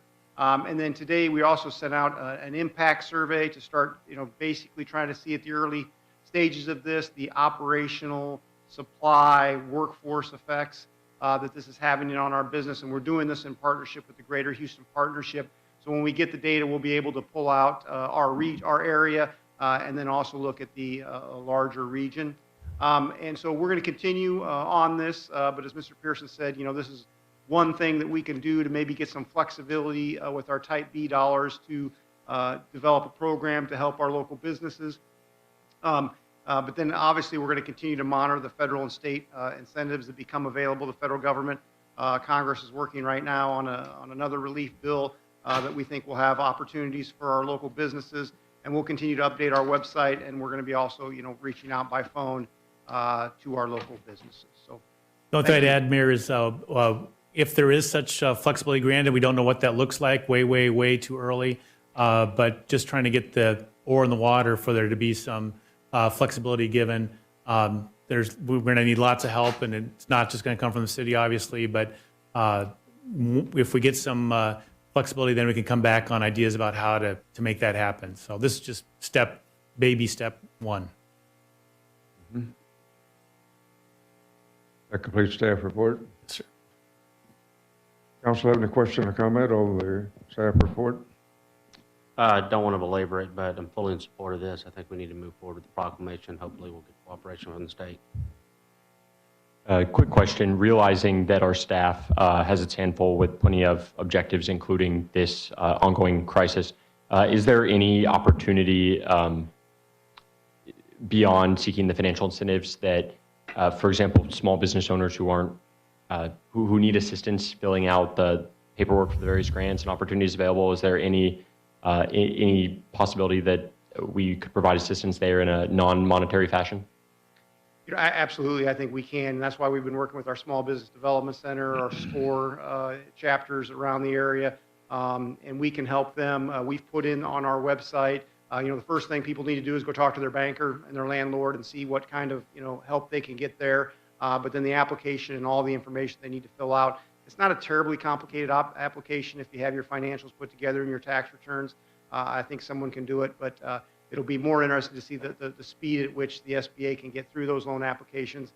And I think a lot of the programs that maybe will still come down from the federal government are probably going to start with people's bankers. So the federal government will be leaning on the financial institutions in our country to help them to assist in getting this money out to our businesses. Appreciate it. Yeah, I think this is great. Anything we can do to try to help the small businesses through this time.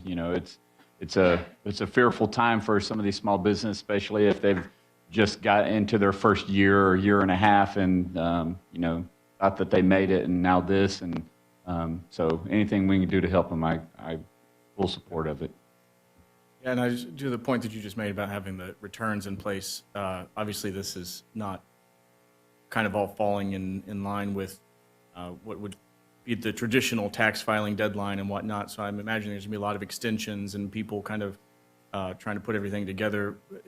I just don't want to put too much stress on that particular item. If somebody was listening and they're thinking, can I use my previous year's return or, other types of financial documents they might have? Sure. The SBA program, obviously you'd need your 2018 returns, but then you can make a projection of what your 2019 return. And then we have on our website the IRS, where the IRS has allowed businesses to not file now until July 15th. Okay, appreciate that clarification. Thank you. What kind of example do you have for us to look at or listen to of what you could do for us? We haven't formed, obviously we have a loan program right now that we provide to businesses that fit the criteria of being a primary employer and meeting the jobs and investments, so we could look at something like that.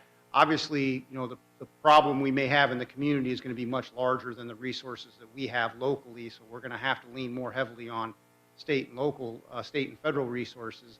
But we would have to decide how we were going to do it, how we were going to structure it, if we were able to do something at all. So we haven't really put much thought into it. Okay, is this out of your cash money for the EDC or what?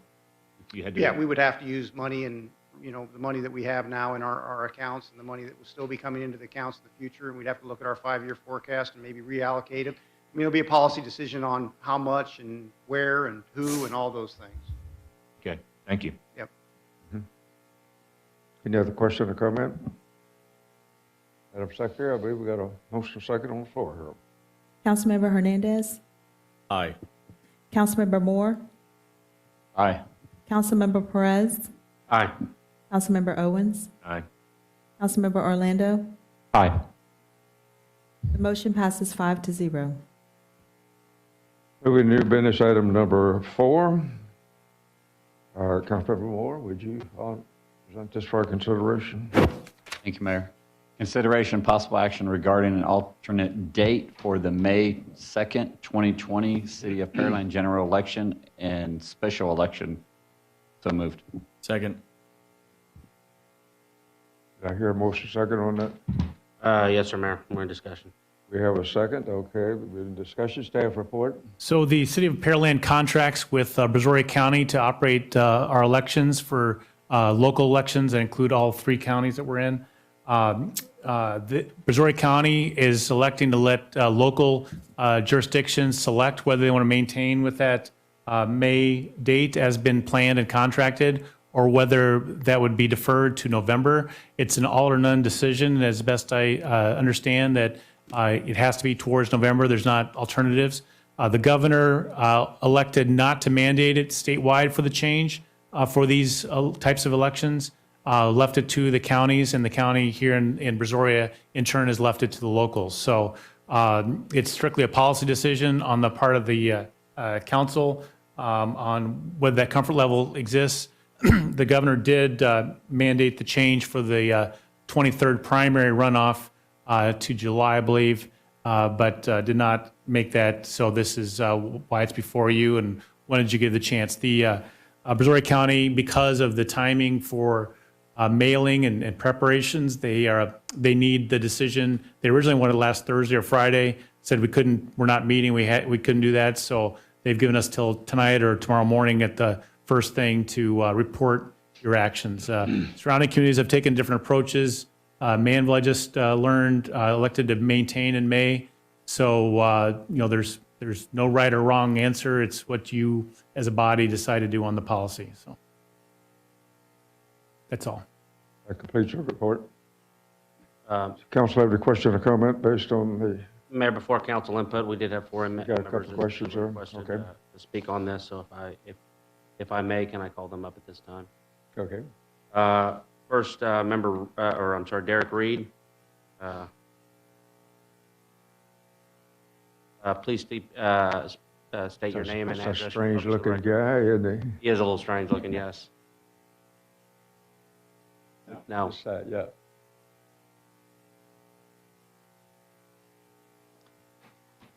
Derek Reed, 11601 Shadow Creek Parkway, Suite 111-267. I didn't expect to be here at 9 o'clock with you all ever again. But I do want to say, that wasn't a bad cough. I do want to say that I know the task that you all have before you. I know that it's difficult. At least 4 people up there were on, or 3, well, 4 including the mayor, were on council in 2017 when Hurricane Harvey hit. We didn't know Hurricane Harvey was going to cause the damage that it caused, but we were able to get ahead of it as soon as it hit, right? We were able to act on it. It caused a lot of damage in our city. Fortunately, we weren't as bad as some of the surrounding cities, but we came together, staff worked diligently, and we put together a command center and we acted. Now we know what's coming. We just heard reports that said, we need to flatten the curve. It's going to get worse before it gets better. And hopefully I'm talking to folks, all of you that are going to probably vote in favor of moving this election. But maybe just in case, I do want to say that, one, you all ran to represent the people of the city, and resoundingly from social media, from talking to folks, that they want this election moved. It was said earlier that most of the people that work the elections are elderly. It was also stated that a lot of the voters that come out and vote are elderly. This is not something that we need to think about politics. I say we because I'm still putting myself, so pretend like I'm on council. That we need to think about politics or the politics of politics. We need to think about the people of this city. That is first and foremost. I want to say upwards, definitely more than 10,000 people in Houston have lost their jobs in the Houston area, in the dining industry, in the waiter industry, in the food and restaurant industry, I'm sorry. People are getting to the point where they're going to have to decide which bills to pay. And so having to decide which bills to pay and whether or not I need to go out and vote, I'm thinking about which bills to pay. I'm a parent, so I've started homeschooling. That's another thing that takes up a lot of my time. Early voting typically is from 7 to 5, and then you can vote on election day and on the weekend from 7 to 7. Well, from 7 to 5, really 7 to 6, I'm with my kids. I'm not thinking about voting. And I'm representing, the thousands of other parents that are here in Pearland that have started to homeschool. So we got a lot of things to think about. You all have a lot of things to think about when making this decision. It's the people of this city that are standing in line at HEB, that are standing in line, that are trying to decide whether or not it's a good time to go out and get groceries, whether or not it's a good time to do anything. And so to move this is nothing. And we're not talking about moving it permanently, but just moving it from this date, I guess, which 4 weeks from now, 3 weeks from now, to a different day. Another thing 30 seconds. 30 seconds. Another thing that please consider is we had consistent leadership during Harvey. It makes no sense to change leadership, especially changing that man up there, the mayor, to a new person when this is going on. This is something that we've never experienced before as a city. We postponed agenda items before, and we postponed things so residents could be in attendance. Felicia said it earlier. There's a lot of residents that wanted to be here tonight, that wanted to speak on this issue, that could not be here. So I'm asking you, maintain the leadership. Don't think about politics. Think about the humanity and think about the people of this city that you all represent, and think about the fact that we want to make sure that no one else get sick, and like the gentleman said, we flatten the curve. Thanks. Thank you. Next, Mr. Jimmy Davis. Mr. Davis, as you know, please state your name and address for purpose of the record. Please keep your comments to 3 minutes. I'll let you know when you have 30 seconds. Jimmy Davis, 5004 Combsnell Street, Pearland. Yeah, there's a lot of people that want to be here tonight that they're not because they're worried about the virus. They have compromised immune systems.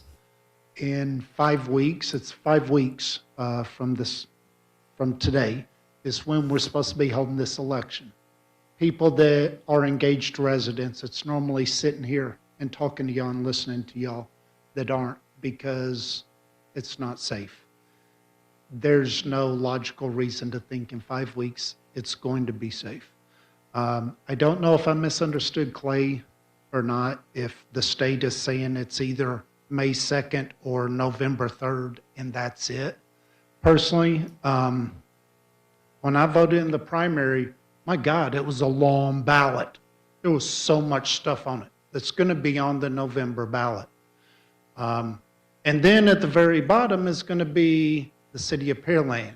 And I don't have the data that says on that ballot, even the one we just had, what was the number of votes at top versus what's the bottom 5. I don't have that data. I got to imagine there was a whole lot of stuff that I was just like, this is getting old. Are residents going to vote on city council and mayor if it's a 45-item ballot? I would encourage us to see, can we have, okay, the primaries are moved from late May to July. What about in August, early August, before school? Virus is over, summertime. Hopefully by then, the virus has moved on. We're in the recovery. It's not so dangerous. Hopefully there'll be a cure. I pray for it daily.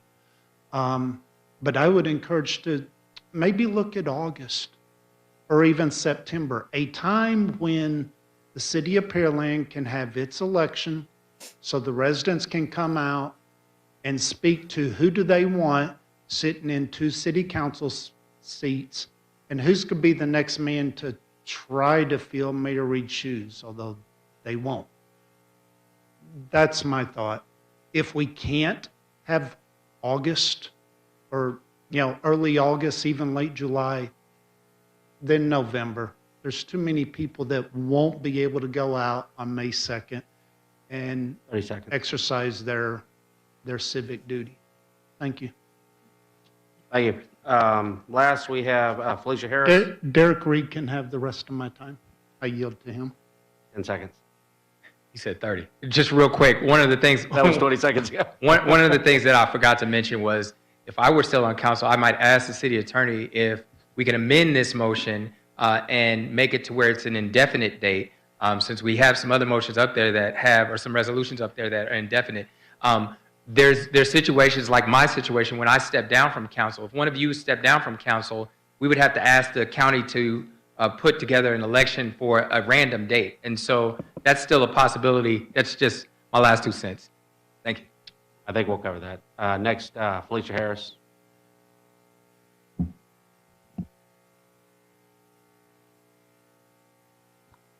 Okay, then I'll wait for 6 or 7. No. All right, then that's all we have, Mayor.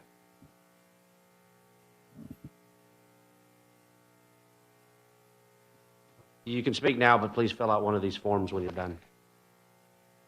Yes.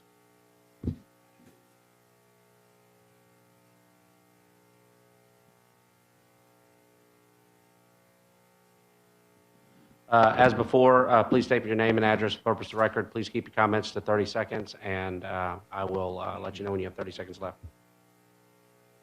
3 minutes, and you'll remind me when it's 30 seconds? You have 3 minutes. I'll remind you when it's 30 seconds. I'll reset. Thank you There you very go. much. Thank you, Councilman.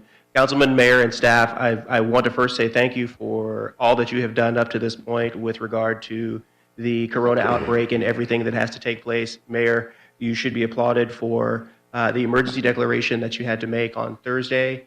and all of the things that you have to consider that are completely unprecedented up to this point. I'd like to say that as a candidate on that May election currently, I think that it is my duty as a potential elected official to consider the well-being of all of those that would have to come out to participate in the election, and not just the residents that would be coming to participate in the vote, but the election staff as well, and all of those additional support people that have to put all of this information together to make such a significant decision for our city and our future going forward.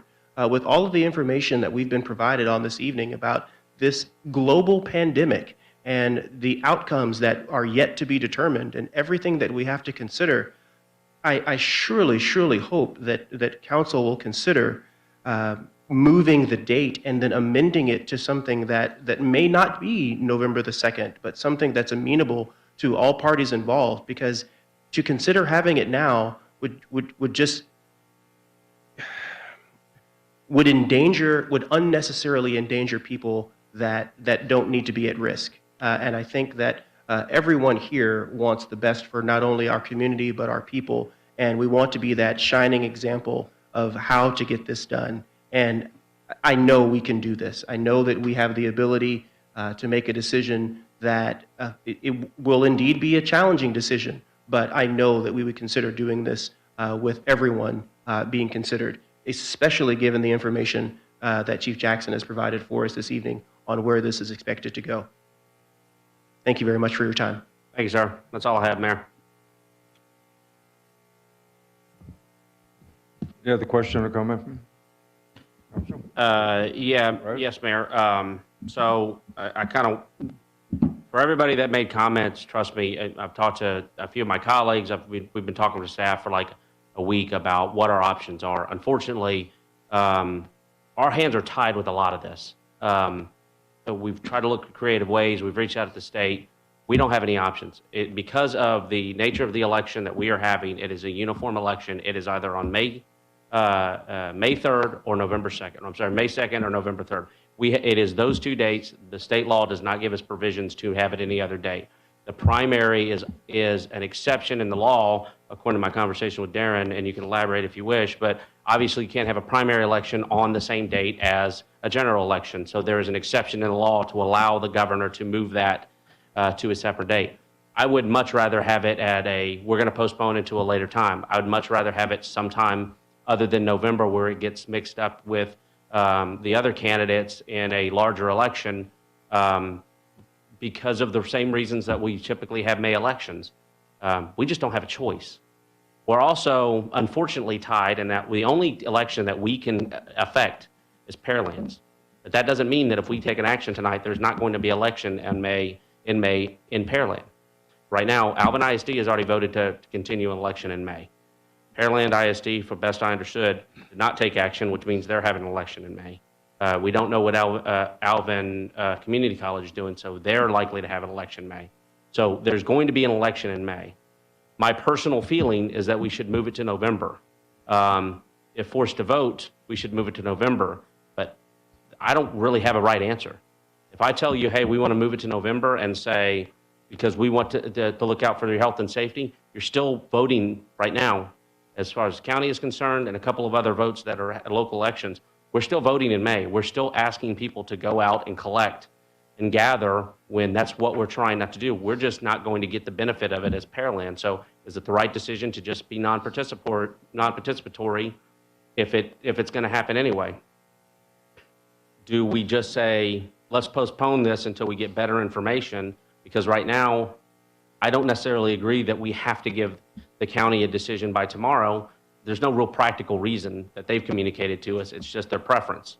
I don't think that we have enough information to really make this, because if later this week the governor comes and offers a declaration that states we're going to be we're all going to be stuck at home, then obviously that should necessarily affect elections that would be within that time frame. Personally, I feel stuck. I don't have a right decision. I have nothing but bad options. My preference is that we move it because I don't think that there's no evidence that we will be through this by early May. But I'm hoping to postpone and communicate to the county that we just, as a city, we do not feel comfortable making this decision right now, particularly given that by all accounts, at this point in time, there's still going to be a May election. That's all I have right now, Mayor. So building off of that, I agree with a lot of that. I do not prefer a November election. I've experienced very firsthand the partisan and nasty culture that's been created in our city elections, and I think that's something that is not going to be made better by moving it to November. But like Member Perez said, this is really a choice between two bad options. I mean, I think most of us have been pushing for several days now on any way that we could get something other than this, and I'm committed to, even after making a decision tonight, to continuing to do that, especially like Member Perez said, if there's flexibility from the governor, from the president that ends up resulting as we move down the path of COVID-19. But I would add two things to what Trent said. I think there are other valuable reasons for moving it beyond just we don't want people to congregate, which is, of course, a big one. But there's two things just about in terms of choosing our elected officials. People are scared. I mean, my grandma is holed up at her house. She's probably not missed an election in 40 years. She's not going to go out and vote in this. And so even if there's going to be an election held, we risk that the people going out to vote, to the extent that, we already have issues with this in the limited turnout, they're going to be incredibly unrepresentative of the people of Pearland. And so we're going to be putting in, we're going to have a really critical election, and it's going to be only amongst people who felt comfortable coming out in the midst of this. So that's one. The second thing is, the campaigns have essentially been suspended. So any forums have been canceled, meet and greets are canceled, people can't go walk door to door. And so again, there's going to be this election, which is, from my perspective, unfortunate that we're going to have that on May 4th. But even that notwithstanding, we are doing a disservice to our voters and the people of Pearland by making them have a choice in the midst of this. And so the idea, we're talking about 5 weeks. I mean, honestly, early voting for this would start in 3 weeks. The idea that we can start doing this in 3 weeks is just beyond me. And let me say this, Governor Abbott said, again, I don't know about what his ability is to move the election. He says, I can't move these elections. It's up for local officials to decide, and said, quote, I strongly encourage local election officials to take advantage of these waivers and postpone their elections until November. Right now, the state's focus is responding to COVID-19, including social distancing and avoiding large gatherings. By delaying this election, our local election officials can assist in that effort. As we noted, he pushed back the scheduled elections from May 26th to July. I would love to do that. That would be my option. I'll continue to work towards that option. But with it not being available, Alvin moved their election, Clute moved their election, Freeport moved their election, Lake Jackson moved their election. These are all other cities in Brazoria County. And I feel very strongly that holding our election in 3 weeks is asking voters who care about the leaders in our city. It's asking voters, it's asking volunteers, it's asking the poll workers to play Russian roulette with their health and with their lives to go and be a part of the democratic process of choosing the leaders of the city. And that's not a bet that I'm willing to make or a request that I'm willing to ask of them. So I begrudgingly, between the two bad options, think the only responsible option is November. Darren, do you think you could speak to what the state election commissioner and the governor have opined about their options to allow for an election that's not on a uniform date? Yes. Specifically, first of all, it's Chapter 41 of the Election Code, which establishes what are called the uniform election dates and establish the May and November dates for elections for cities. And in this particular case, the governor did approve a proclamation that authorizes the change from May to November. The reason that the change was made from May to November and not providing an alternate date was because his authority to do so has already been challenged before. It was actually challenged in a case out of League City in which the governor actually assigned an alternate date that was not a uniform election date. And that the appellate case resulted in the governor's decision to do so being overturned. And as a result, the election was void. And so consequently, in this particular case, the answer has been no, the governor's authority only extends to changing it to a uniform election date. Just sort of putting belt and suspenders on that, I wanted to reach out to the Secretary of State, to the Director of Elections for the Secretary of State. I did that Sunday afternoon.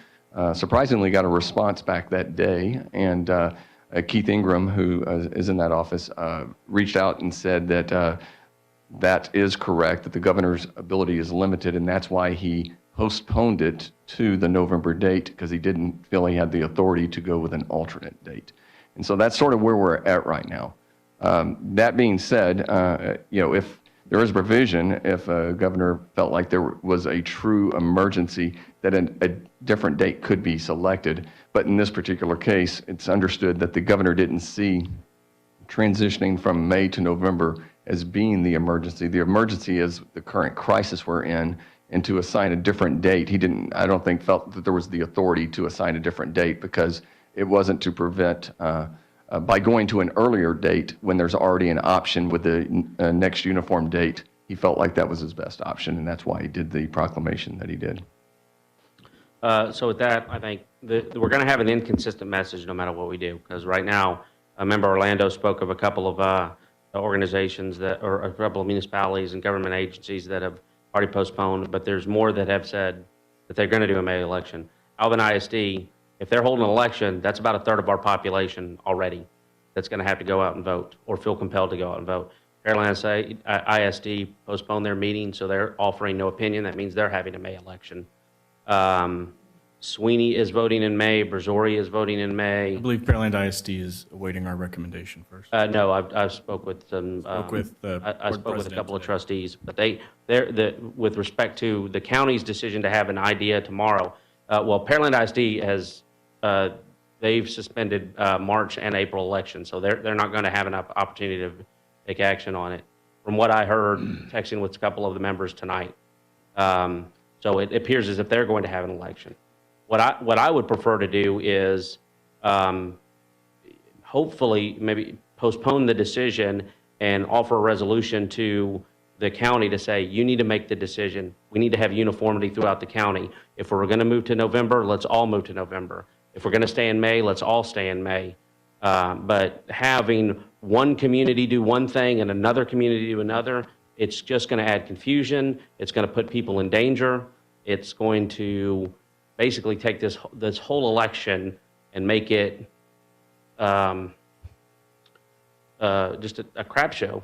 It's going to be ridiculous. We'll have Pearland where we have three of the local elections potentially. If Alvin Community College has any ballot initiatives, if 3 of the 4 that would likely be on a local election, and only one of us, if we take action and move to November, would not be on the ballot. So what we're trying to do is keep people from communing and getting it, and we haven't accomplished it. And that's because we're asking to make a decision for which we cannot compel the outcome. All we can do is say, well, we prefer not to participate, but we can't force the election not to happen. Again, I think the best thing for us to do is resolve to have the county make the decision so there's uniformity throughout the county. Darren, can you speak to Mr. Reed's suggestion of just amending the motion to say a future date? You got to keep in mind, the council's already passed an order establishing a date. And so right now, the direction has been from the county, you're either going to do it in May or November. So there are only 2 options right now. If you simply say a future date, then that's going to be deemed by by Brazoria County as being you're sort of punting it back to them, and you're sticking with your May election. And I saw you make a gesture. Can we clarify, is PISD tied to us, or have we had any guidance of what's going on there? I just got input from their board president that they are not. They are staying in May. It says we're waiting to probably going to get canceled by the county. So I think they're kind of deferring to the county. So if the county's going to cancel it, then we can already have it set for November. I strongly agree with the concerns that Member Prez expressed, but like I also said, it's not just about people communing. It's not about that. It's about the people of Pearland deserve to have a free and fair election where they can choose their representative. And that can't happen in the midst of this. And so regardless if it's going to be, frankly, a pain in the ass to come out multiple times, we're used to that in this area. But it's not right to choose the mayor. And we've seen, if we didn't already know, how important the mayor is during this crisis and the unique powers that are vested in that office. But the mayor and 2 city council members, to do that in the midst of a highly contagious global pandemic, I just can't, regardless of the confusion or whatever, I can't even square that with my conscience to do that. And so I really think, maybe they're going to cancel it and this will become moot. But from our perspective, as leaders accountable to the city, to the citizens of this city, to give them a fair election, I think we're compelled to move it to November. I think we're compelled to try and get the county to resolve to move it November, potentially. But to me, the pain in the ass of coming out in May and November, we already do that. We're not going to change that. And there's no other solution. The only solution to get us to do a different date was to have a special session where all of the legislators go down there and they create a new law, which is not likely to happen. So we've got May and November, and right now we've got inconsistency from the county. To be honest with you, I don't think it matters what we do. I mean, we can certainly postpone it to November, but we still have people compelled to go out and vote when that's what we're trying to accomplish by moving this. I think at least what I would offer is, as leaders, we need to go to the county and say, we're compelling you to make a uniform decision so everybody in Brazoria County is doing the same thing. Everybody has the same instruction. I would, if we want to modify that to resolve to have it a May election or have it a November election, for the safety of our public, I would say it should be a November election. I think there's a strong likelihood that there is going to be outside factors that prevent a May election, but we don't know that right now. We just don't have enough information to make this decision. It's just garbage. So if we vote to move, we're kind of stuck with it. I think if we can vote to resolve to the county to make the decision uniformly throughout the county, hopefully that will get to the commissioners. Hopefully that they'll offer an opinion on this, and then we can move forward as a county together. That's all I have, Mayor. I've been silent through all this because I just want to start off by saying, my prayers are with everyone for, their continued safety. But as a candidate in this race and as a sitting council member, I feel that it's not ethical for me to sit up here and decide what election day I'm going to have my election in. So I will be abstaining from this vote and leave it up to my peers. Well, City Attorney, is that possible at this point? I'm the only other one, I think, sitting up here with the election date. And, I understand out of the 27 entities that we have in Brazoria County, 12 that has decided to keep the date of May on that. And, I think the other part, too, is that, we don't know if November is going to be a good date or not. We don't know if, as what they're talking about now, it may be triple the problem that we have now on there. And so the ballot is going to be very lengthy if we add the city in with the city, the county and the state and the federal, I guess, on some of it. So, I don't know. It's going to be very costly wherever we go. I mean, it's kind of like being caught in a runoff that you have to work very strong from now, or actually from May to November, and very costly to stay in front of the people to do that.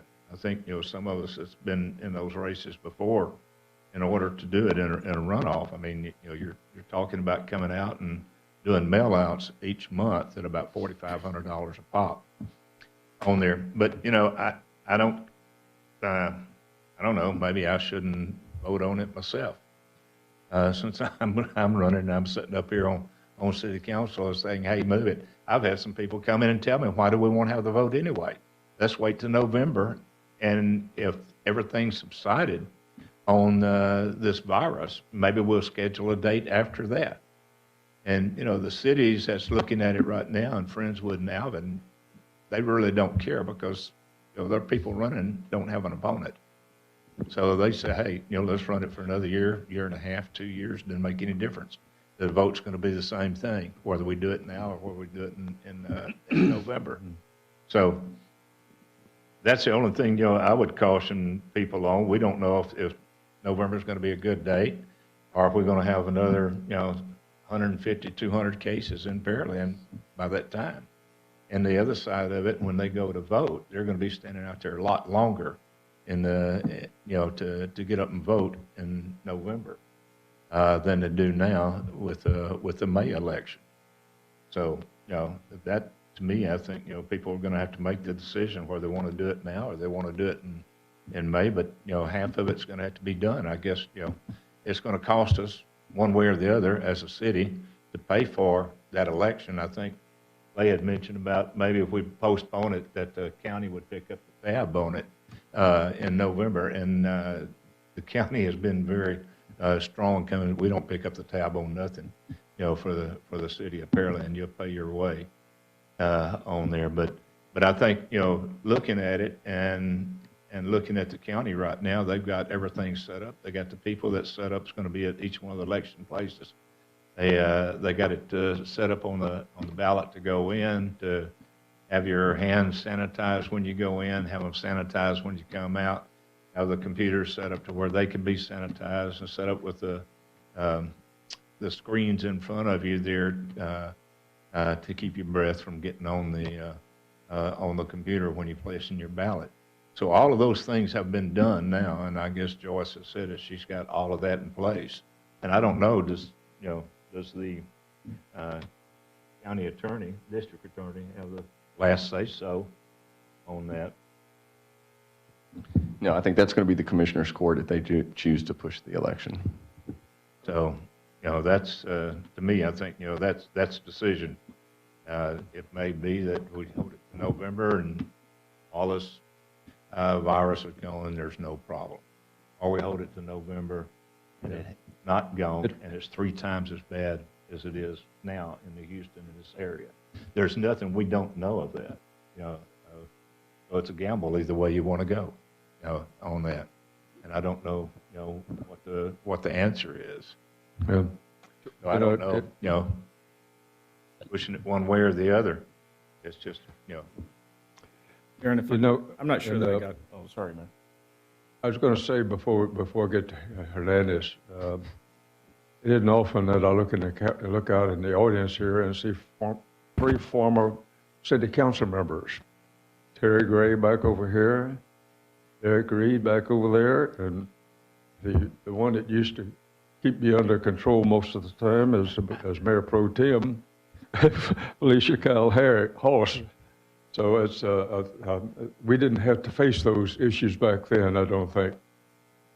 There was other type of issues that we did fight for. So just wanted to mention that you have some sympathizers there, Terry and Derek and Felicia. Okay, Hernandez? Agent, can I ask one question of Darren? Sure. Darren, just maybe for the benefit of the conversation, if there's a shelter-in-place edict from the governor, does that supersede any elections that are called, or do we know?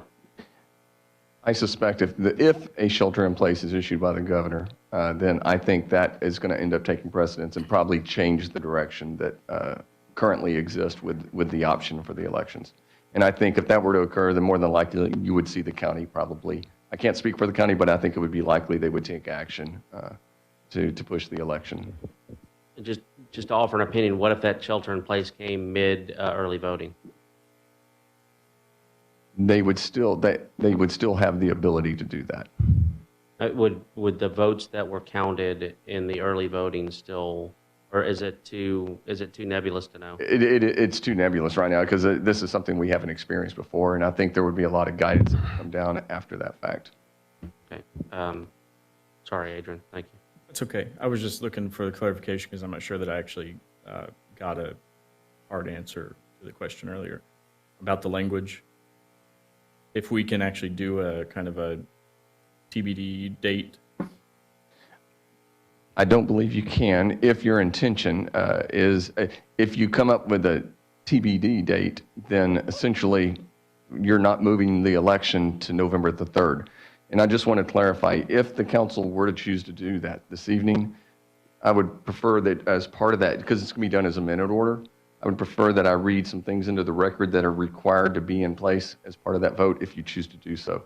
And it's very specific what has to be done if the council chooses to postpone to November the 3rd. If you don't do that tonight, then it's going to be considered a default May election. Okay. I have had a lot of personal reconciling with this decision, specifically having a health background, health education and public health background, in weighing that against definitely not wanting to turn these elections more partisan than I think they've already become, has been a very difficult decision for me, which normally I think would be an easy decision for me. I have come down in favor of moving it because, like I said, the health side of things for me are kind of overcoming whatever concerns I have regarding the partisanship aspects. I did want to say, though, that I really hope that doesn't take place. I also know that we'll probably get lost on the ballot. So that being said, I had many long conversations with Darren today, and I appreciate your patience in walking me through. I gave him an early disclaimer, said I'm not an attorney, so treat me like a 5-year-old and walk me through everything. And to Member Perez's point, yes, it would take an actual legislative action to provide for an opportunity for more flexibility. And in my fantasy scenario of the governor calling a special session for whatever reason regarding COVID-19 and brings the legislature together, I don't want to take off the table our option to then provide for a different date. So if we do say November 3rd and we are given the opportunity to, maybe put something on the table if there's a special session called, and we could reach out to our, local legislators and say, please put this forward to allow for additional flexibility. I want to see if there is an option, just kind of keep that on the table for, at all times, in case it does come up, we can say, all right, well, let's do it, to Mr. Davis's point, August or September, or whatever options we could potentially get. So I just don't want to shoot ourselves in the foot. I want to make sure that we maintain the potential for maybe altering this if that does become an option in the future. And, I just, maybe you could speak that is potentially something we could do if in my fantasy scenario, a special session is called, that we could maybe pass a resolution or something like that. So essentially you're saying if we went ahead and chose a November date, but then some extraordinary circumstances occurred where the governor or the legislature would enact an alternate date that would be earlier than that, I would think that, Crystal, I would assume that we could cancel the order that called the November, because we're going to have to, if we go to November 3rd, we'll have to pass a new election order and things of that nature. I believe that would have to be withdrawn and have to, as long as we can comply with the timelines for that new date, then I think that would be viable. Exactly. Okay. All right. Well, that was that was really it. I mean, like I said, this I think should be an illustration for a lot of people that know me personally to see that I'm so vehemently opposed to allowing this to become more partisan than it already has been up to this point, that it would start to weigh against, my better judgment, as I consider myself to be a public health expert. And that was just really frustrating for me to go through my mind and have to go through all the different scenarios to try to figure out if it's something that I could, get behind reasonably. So I'll be for moving it to November 3rd, but I do want to, make those points, stress those points, and provide whatever opportunities that we have in the future to set an alternate date if that becomes a possibility. And I hope the rest of council will join me if that opportunity does come forward. So. And one more quick point that hasn't been raised that I think Mr. Gray kind of was alluding to. My parents live just across the street here, just across 518 over in Green Tea. So they're in Harris County. Member Owens lives in Green Tea as well in Harris County, which is widely in the next day or two expected to go under a shelter in place. And so we're saying, if there was a shelter in place in Brazoria County, would that impact these elections? We've got folks from 3 counties here. We got people in Harrison, Fort Bend, and we know that they're very likely to be in a shelter in place. And so again, just another data point for why it's truly unworkable to do this on May 2nd. Yeah, I think no matter what we do, we don't have enough information to make a decision. I'm also a little concerned that with 2 members out and 2 members potentially abstaining, there's only 3 of us that are making this decision. That really doesn't affect whether or not we have people commune. I think what we should do is either request that the county move uniformly to make a motion or make a resolution to request the county to move uniformly to November 3rd, so that takes care of, hopefully that compels them to also move Pearland ISD, Alvin ISD, and ACC and everybody else. So there's nobody in Pearland that is voting, or we postpone until we have better information and ask the county for more time. I appreciate all the politics that are put in, like it's partisan, what's the effect, blah, blah, blah. I think that's a consequence, but that's not a rationale whether we move the election. The purpose of moving the election is to keep people safe. Right now, we can't guarantee that that's going to happen if we move the election. We have no control over there actually being an election. And I think being the largest city in the county and having essentially 3 of the members either in our city limits or in our ETJ, I think we'd have a powerful voice to tell them, look, commissioners, we need you to uniformly make a decision so everybody is safe, not just us. Whether that is we say November and a resolution to offer that, or we just say it's a resolution to offer that, because we can't make a decision. Darren, could we add a companion resolution along with our decision to move it to November to express our belief that the county should do that universally? And just to clarify, this is not a formal resolution this evening. If you know, the council can take action, but it's going to be taking action as what's called a minute order. So it'll be put into the minutes, the actual motion that's made. And that's why I said if we go to November 3rd, I would like to read into the record the items that I believe are required in order for it to be effective. But yes, you could add on to that minute order anything that you would want as far as reaching out to the county with respect to encouraging the uniformity of all the entities that are participating in elections. Sure. So can I currently make a motion to move our elections to November 3rd along with an accompanying resolution to encourage Brazoria County to enact that uniformly throughout each entity in that jurisdiction? Yes. That motion can be made at any point in your discussion, and then obviously contingent upon receiving a second and then a subsequent vote. Okay. Yeah, I think I would. Why don't we look at pushing it back to the county? Let them make the decision. They're supposed to do it with the county clerk and district attorney. Make that decision. I agree. It's their decision. Yeah. I mean, it's our election, but it's their decision. It affects the entire county. We're stuck. For clarification, Darren, isn't it each individual member's decision of whether or not, I mean, it's not their right to declare the date of the election. It's not the county's right. It's our right as the entity hosting the election to set our election date. It's not their responsibility. No, Galveston County's already made an edict that everybody's moving. They have the ability to do it. They're deferring to us. No, it's left up to the county. At the end of the day, the governor's action basically said that entities can make that determination. Now, some entities actually conduct their own elections. But in Brazoria County, you have 27 entities that rely on. Hypothetically, if Brazoria County, they said they wanted to move it to November, we could, probably at great expense to ourselves, contract with someone other than Brazoria County to host an election on May 2nd, and that would be our prerogative. We would have to. No. We would only be allowed to contract with Brazoria County. Gotcha. But some cities, if they had it worked out before that they host their own elections, I know Clear Creek ISD right here runs their own elections. That's their right, to set the date between the two uniform election days. That is correct.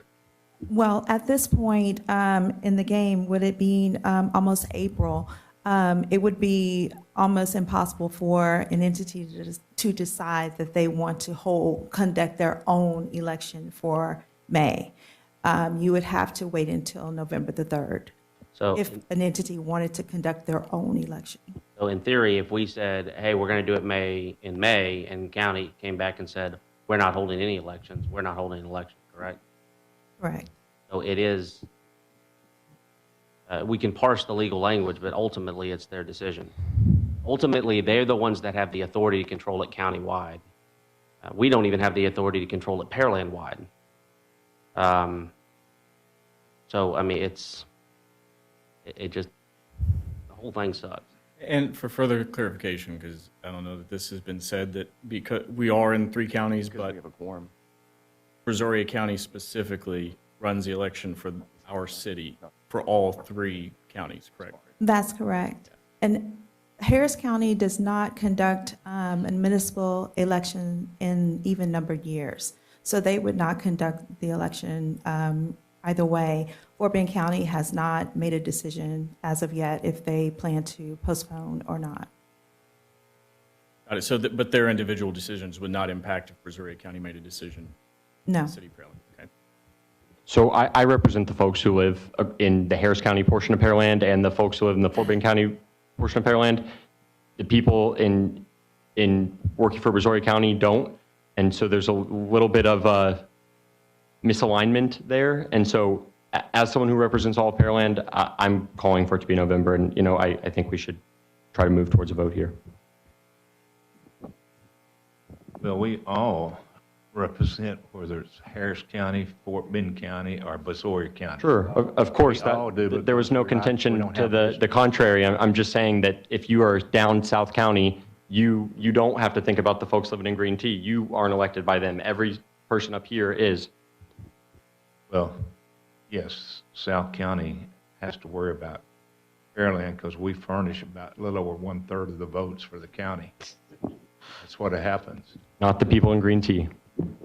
Hey, I've been in Green Tea since 1990, and I pulled out, over 1,000 votes there every time. So. Look, remember more. If I could, well, there's 5 of us, and you and I've had this conversation, and I personally told you, I greatly appreciate your stance on this, and wanting to recuse yourself. But I think at this point, your voice is beneficial. If you feel comfortable, could you offer an opinion? Maybe we can get 5 of us to. I'll offer this opinion. If Woody and I are abstaining, that leaves 3 of y'all. There could be 2 other votes here tonight. Those other 2 votes, if y'all are all voting in the same way, those other 2 votes would not change your decisions. If you follow what I'm saying. If I all could 3 of y'all are voting the same way, those other 2 votes that would be here would not change that. Would not change that. I don't think the 3 of us are voting the same way.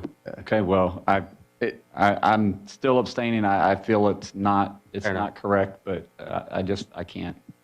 If I could just clarify, there's a nuance in Robert's rules that I just want to make sure everybody's aware of. And I'm going to use a couple of hypotheticals here for the vote. So let's just assume for just a moment that Councilmember Moore abstained. And so then let's say a vote was a 2-2 vote. And then obviously our charter would allow the mayor to make a deciding vote in that instance. If it's not a 2-2 tie vote, let's just say that there was 2 abstentions, 2 potential candidates that decided to abstain.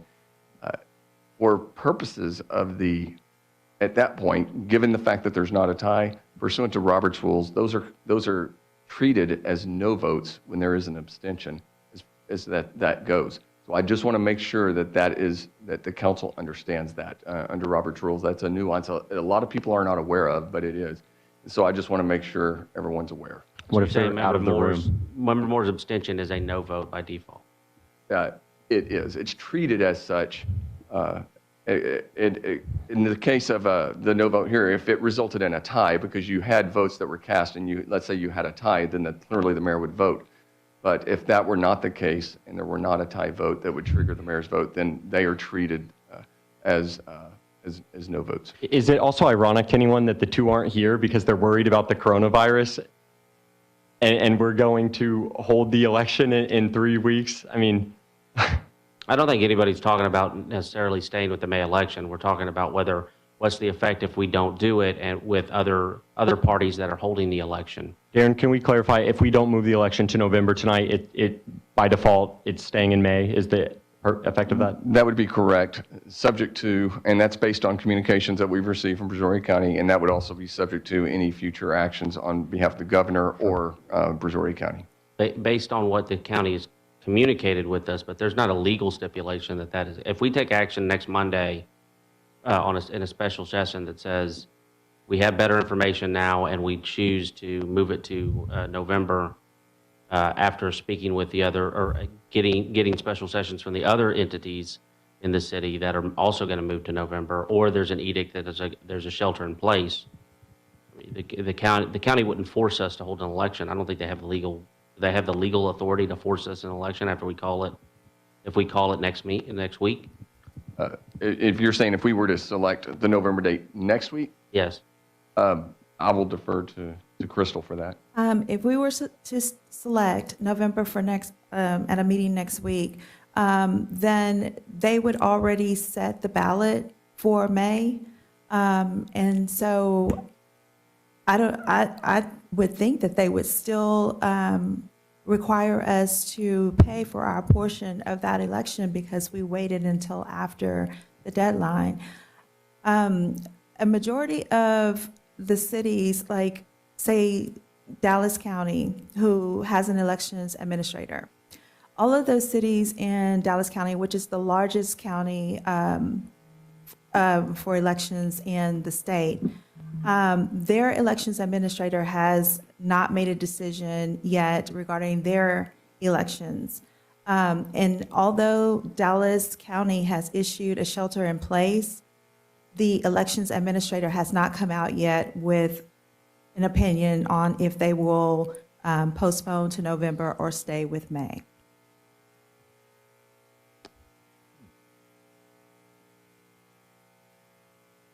I don't see a solution. I see that we can say, okay, we're moving to November and still have May elections, and we've solved no problems. We still have people. We're sitting here saying it's for the betterment of the city, the citizens. We've not solved that. We still have the entirety of Pearland out there voting. All of the old people, all of the election volunteers, all the people we're talking about protecting are still endangered because they're still voting. If we do it, if we do it in May, then we still have difficulties about not really keeping an eye out for the citizens who we're trying to protect.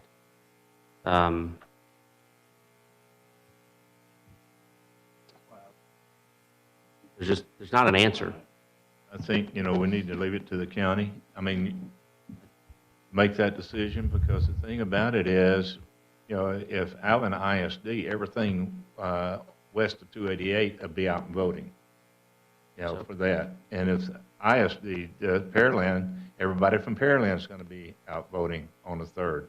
So, I mean, leave it to the county and let them make the decision. That's their call, and that's what they're supposed to do in the first place. If they want it to go to the 3rd of November, so be it. That's it. If they want it in May, because of 17 or 12 other cities are doing it in May and the cost, if not, let them make that decision. Regardless, if you got, Alvin ISD, Pearland ISD, and Alvin Community College going to vote November the 3rd, going to vote on May. People are going to be out voting. Everybody's going to be out. It doesn't make any difference. The whole population will be out. West of 288, east of 288. Doesn't make any difference. Agree. So they're going to be out voting anyway. It does make a difference for two reasons, and those reasons are there are people who would want to vote in the city election who don't care to vote in the school board election, so who will feel compelled to go out and vote. Somebody raised their hand right here. The second thing is it's not just about people communing together. It is also about we have a duty to the people of Pearland to, in our election specifically, to give them access to a fair vote, and so that we have leaders up here who were elected in what feels like a legitimate way where there's a fair way to vote. Regardless if people are coming together and they're going to elect leaders for those other entities, that's not we can't change that. What we can change is ours. And somebody who is sitting up here because they got elected or reelected in the midst of a global pandemic is going to have credibility issues in the eyes of a lot of people. I don't think that's true at all. Well, Look, if the idea is about, if the purposefulness of postponing the election is for the safety of the individuals, then our primary focus should be the safety of the individuals. There's multiple reasons. Not the consequence of the election. We're not here trying to manipulate the outcome of the election, not for the benefit of people who we want to win, not for the benefit of the detriment of people we do not want to win. That's not the decision we're trying to make. We're trying to make a decision about what's safe for our citizens. And right now, we do not have the capability of making that decision, because even if we call the November election, right now, there is still an election in Pearland. The only thing that we have to do is try and compel the county to make a uniform election. The partisanship, the potential outcomes, the voter depression, the voter increase, all of those are consequences, but that's not the motivator for our decision right now. We're talking about doing this because we are in a pandemic. It should be focused on what we're doing to resolve the pandemic, the issues associated with the pandemic, not the issues associated with what happens in the election.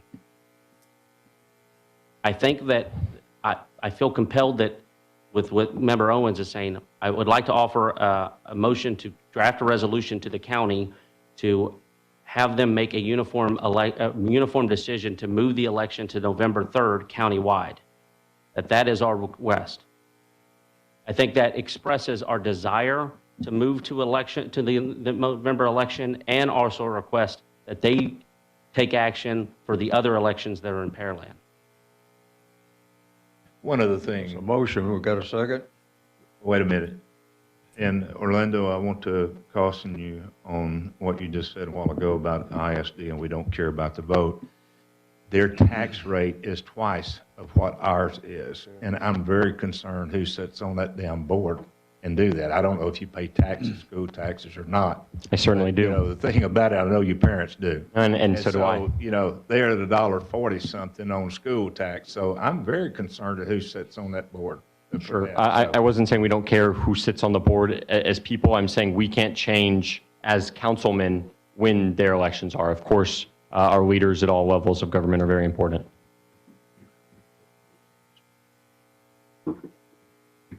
You know, we've been working on this since about 6:15. And if they've had as much coffee and water as I've had, I think we probably could benefit by having a brief recess. If you can stick it to 5 minutes, so we won't be here till 2 o'clock in the morning at 9:50. We'll be right back in just a few minutes.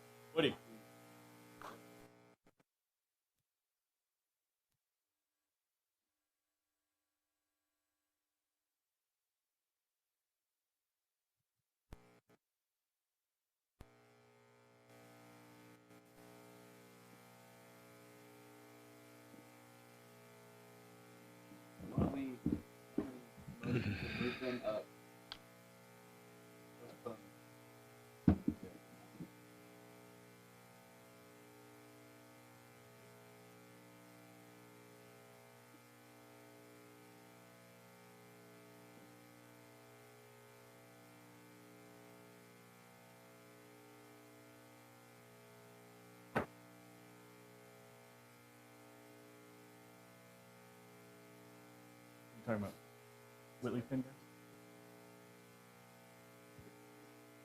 I think I've got my card. Ready? You ready?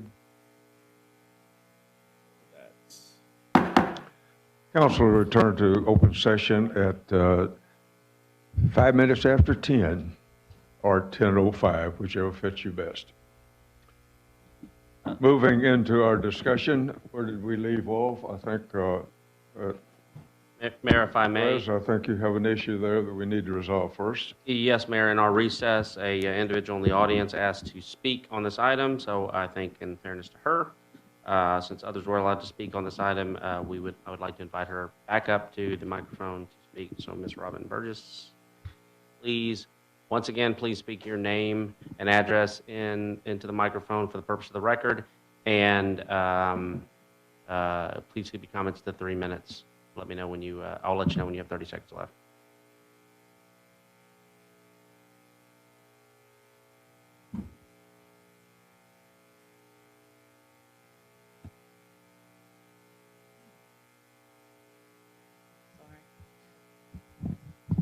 That's it. Okay. There you go. Thank you. Robin Burgess, 5406 Meadow Spring Court. Before I begin, I just want to say thank you so much, Mayor Pro Tem Perez, for allowing me to make my brief comments. I just wanted to say and just really encourage each of the elected officials. I want to say that really you all were elected for such a time as this. And to make the hard decisions, to say that I can understand not necessarily knowing what to do, but that is why you were elected. And we are asking you to make a decision tonight. Now, you mentioned in reference to the different municipalities, Pearland ISD, Alvin ISD. Well, it's my understanding that Fort Bend ISD, they voted tonight to postpone the election to November. So that is, again, you have Pearland residents who live in the Fort Bend area. That election is now postponed. So I just really wanted to just suggest to you, you are an independent municipality, just as Pearland, and you are governed under different rules. So we're just asking you all to please stand up. And if you want to send a message to the county, I can think of no stronger message than to say, we are postponing our election. I just wanted to add that. Thank you. Thank you, ma'am. That completes. That's all of the members that wish to speak. Mayor, that's That it. complete all the speakers. That's all the speakers that Okay, approached me. we're back in for discussion. Any further comments from the council at this point? Yeah, Mayor, I think, just rehashing what was said, we're all kind of circling the drain towards the same decision. I think none of us are saying that we want to hold the election in May. What we're trying to do is find a way to compel the county to act uniformly if we move our election into November, so that all of the citizens of Pearland are protected. That we're sending a uniform message that we do not want you to vote either in Pearland's election nor any of the ISD elections because of your safety. With that, I would make a motion that we move the election till the November uniform election and pass a resolution asking the county to make a declaration that all elections are moved to November. Second. Okay. You're asking the county to move it to make a decision on moving all of the entities? Yes, sir, Mayor. What I'm proposing is to resolve that we move our election to November, and we pass a resolution asking the county to make a similar motion for the entire county, so that all of the citizens of Brazoria County and all the citizens of Pearland consequently are Would be protected. the schools and the cities. Yes. Actions. Okay. If I could just clarify something with respect to the motion. So the resolution aspect to communicate with Brazoria County, are you asking that be on a future agenda, or are you asking that we communicate with them as part of this motion? I would ask that we do that as part of this motion. Okay, and that essentially any minute order that is approved tonight, we would then formally provide to Brazoria County with the action that the council took. Yes, so that we're not just at requesting that we're moving our election, we're also asking them that they move all other elections. Correct. And that was my understanding with the second as well. They don't. We're still in November. I just don't feel, I don't find any way that I can be comfortable with saying we're going to stick with May. There's just not a path for me to do that. I think it's unlikely and it's going to be unsafe. So we're going to move to November. We just need other people to do it all at the same time. Now, they might ponder your motion, but at least you'll have it out there. Yes, sir. So you want people to go ahead and come out and vote in May, and then come out and vote again in November? No, I don't think No. anybody wants anybody to come out and vote in May. That's why we're passing the resolution to try to, not compel, but rather influence the county to make that decision countywide. But I think we have an opportunity to at least, set a tone for the rest of the municipalities. I mean, if they have or have not, or the ISDs or whatever, made a decision already, the county, I think, still has time to move it. And I think that our duty to our constituents is to protect their health. And You got 2 school districts here that have decided to keep the May 3rd election date. And then you got 12 entities, cities, I guess, that wants to keep it out of the 27 to do the May election. So what we're doing, if we decide tonight to go ahead and move it to November, we're going to ask the people to come out in May to vote the school district in Alvin and Pearland ISD in May, and then come back and vote again in November. so they would be voting in November regardless. Yeah, what I'm hoping to do is to communicate that that Pearland moves our election in November. We're asking the county to make a uniform decision that all elections move to November, so that the ISDs will not vote in May, and then all of our local elections are at the same time, to prevent exactly what you're saying, a May election and a November election that splits the local elections. Obviously, we can't resolve to move the Pearland ISD, Alvin ISD, ACC, Fort Bend, Clear Creek, any of. We can't compel them to do that, but we can pass a motion to say, we can pass a resolution to request that they consider that as Well, we move I to can- November. I can tell you now, the county's not going to come back and tell Alvin School District, Pearland School District, that they can't have their election in May. I mean, it's senseless for us to ask that. And that'd be like Pearland ISD coming in and telling us to have our election in May. They're not going to do that. They can't do that. I would like to call the question on this. I mean, we have a motion, a second. Yeah, Actually, I don't believe that there was a second made. I think there was Yes, I a. second. Adrian. Oh, you did second? Okay, I'm sorry. I apologize. I missed that. We're good with calling the question? If before we do that, if you don't mind, I would like to read into the record Yes, sir. what I believe are the requirements in order for it to be a valid order going forward. And there are 4 items that need to be included in that, and so I'm going to go ahead and read those if you don't mind. The proposed motion of council is referencing the proclamation passed by the governor of the state of Texas, authorizing municipalities to postpone their uniform election date from May to November. And that there's a confirmation that candidate filings for the election will remain valid for the election held on November date, and that the filing period will not be reopened for the November election date. And that this also confirms that applications for ballot by mail for voters that are voting by mail due to being over the age of 65 or due to disability will still be valid for the postponed election. And then application by ballot for voters who submitted applications based on expected absence from the county would not be valid for the postponed election. And finally, the 4th item is that the major relevant dates for the November election, including the voter registration deadline, would be October the 5th, 2020. The deadline to submit an application or ballot by mail would be October 23rd, 2020. And the dates for early voting would be October the 19th, 2020 through October 30th, 2020. And I would like to include that in the minute order that the council will be voting on. Can you do me a favor and just repeat item 3 again? I wasn't. Yes, and okay. It confirms that application for ballots by mail for voters that are voting by mail due to being over age 65 or due to disability will still be valid for the postponed election. In other words, if you're using that application, the age or disability, it's still valid. You don't have to reapply. The next one says that application for ballots by mail for voters who submitted based on expected absence from the county in May, those are no longer valid. They will still have to make another application if they will not be there for the November election. Got it. Thank you for that. Clarifying.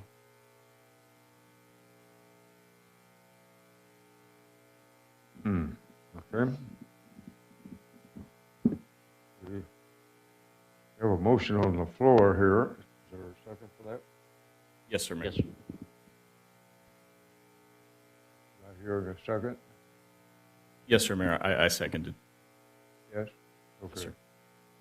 We have a motion and a second. Any further discussion with council?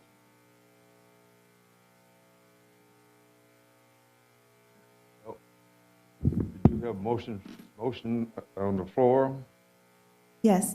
Councilmember Perez? Pick it up from there. Thank you. Okay. Councilmember Perez? Yes. Aye. Councilmember Owens? I'm going to abstain. Councilmember Orlando? Aye. Councilmember Hernandez? Aye. Councilmember Moore? I abstain. The motion passes 3-2.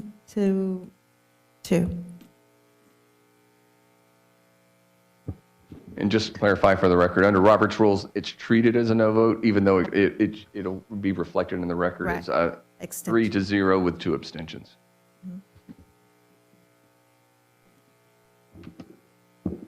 Okay, well, let us proceed in our agenda. I think we've got some customers here in the front. Moving to new business item number 5. Mayor, if I could I make a motion to move item number 8 up so that Whitney Penn can make their presentation? Second. They are kind of related, aren't they? Okay, we'll move, you mean move, replace number 5? Is that what you're saying, your motion?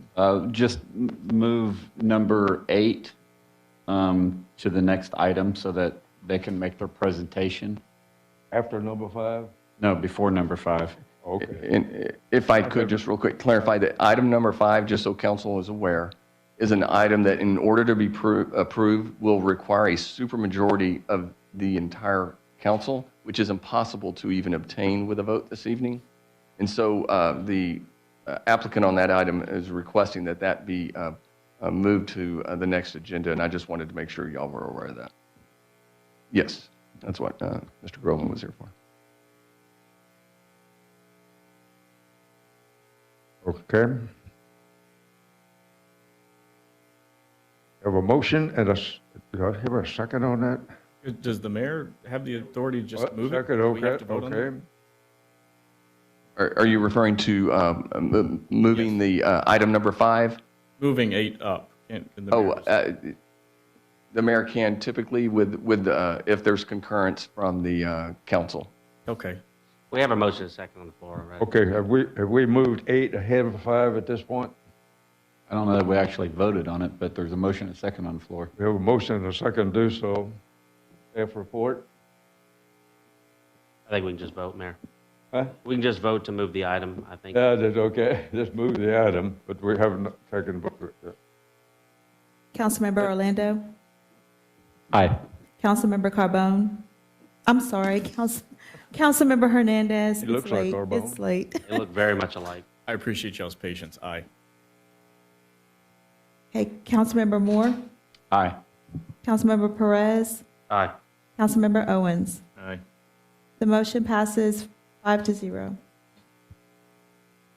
You moved 8 in front of 5, is that right? 8?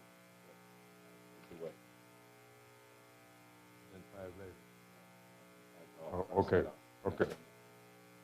Okay. We need a motion to drop off of the agenda, one item. So Mayor, item 8 is up before you now. They'd and like this to is do the, 8 instead of 5, but number 8's here. is what the motion was. Yep. So number 8 is a consideration possible resolution to accept the comprehensive annual financial report. Whitley Penn is our outside auditors. The work papers and so forth are presented by our staff in large part. Whitley Penn has been doing this for a number of years, and they've presented a opinion about that. And so Lupe is here from Whitley Penn to make the presentation at least tonight, and then we can ask any questions or we can deal with the document thereafter. But Okay, now you're speaking from staff position for number 8, right? Yep. Okay. And we have a number 8 response down by the microphone. I don't know whether it's turned on or not. Mayor and members of City Council, good evening. I'm happy to be here tonight to present to you the results of the city's fiscal year 2019 financial statement audit and federal single audit. I have a brief presentation to take you through the audit results, some required communications, and some financial statement highlights. Also with me here tonight is Dan Hernandez, who was the senior manager on the engagement.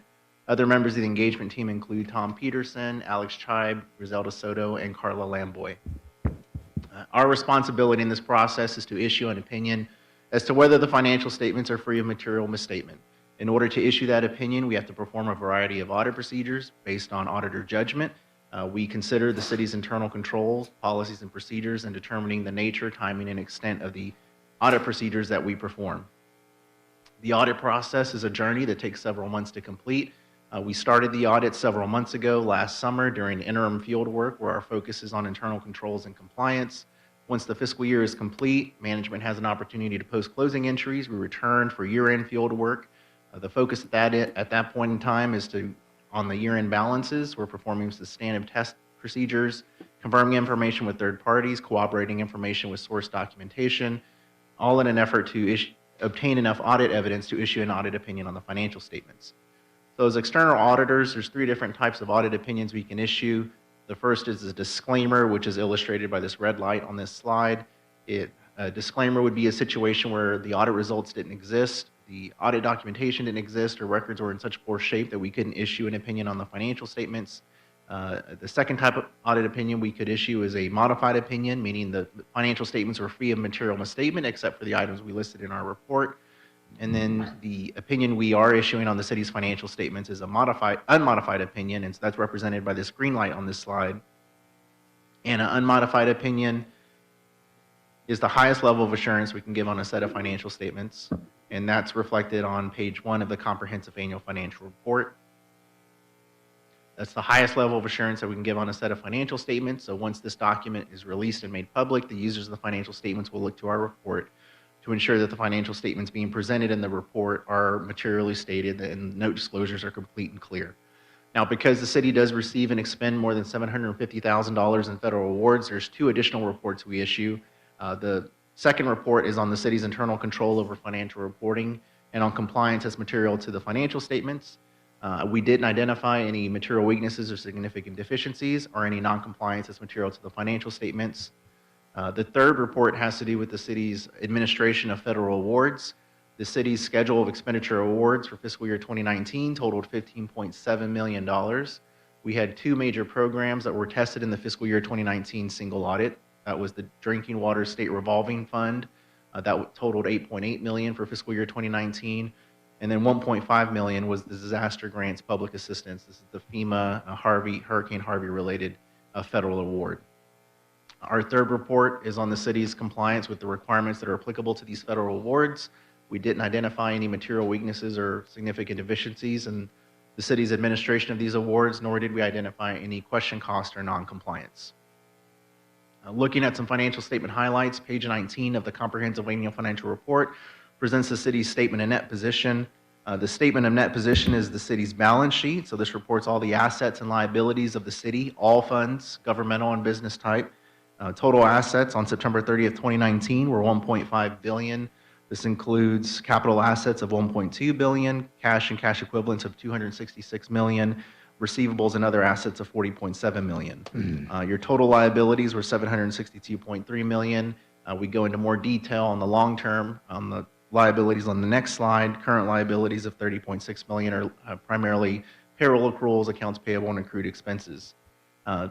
Long-term liabilities on this next slide, you can see that they consist of all the city's long-term debt, consisting of certificates of obligation, revenue bonds, general obligation bonds, improvement bonds, and the water and sewer revenue bonds. There was activity during the year, as is normal for City of Pearland in the debt area. So there was a lot of transactions the city had to record in this area. There was an increase in the net pension liability of $30.3 million from the prior year of $18 million.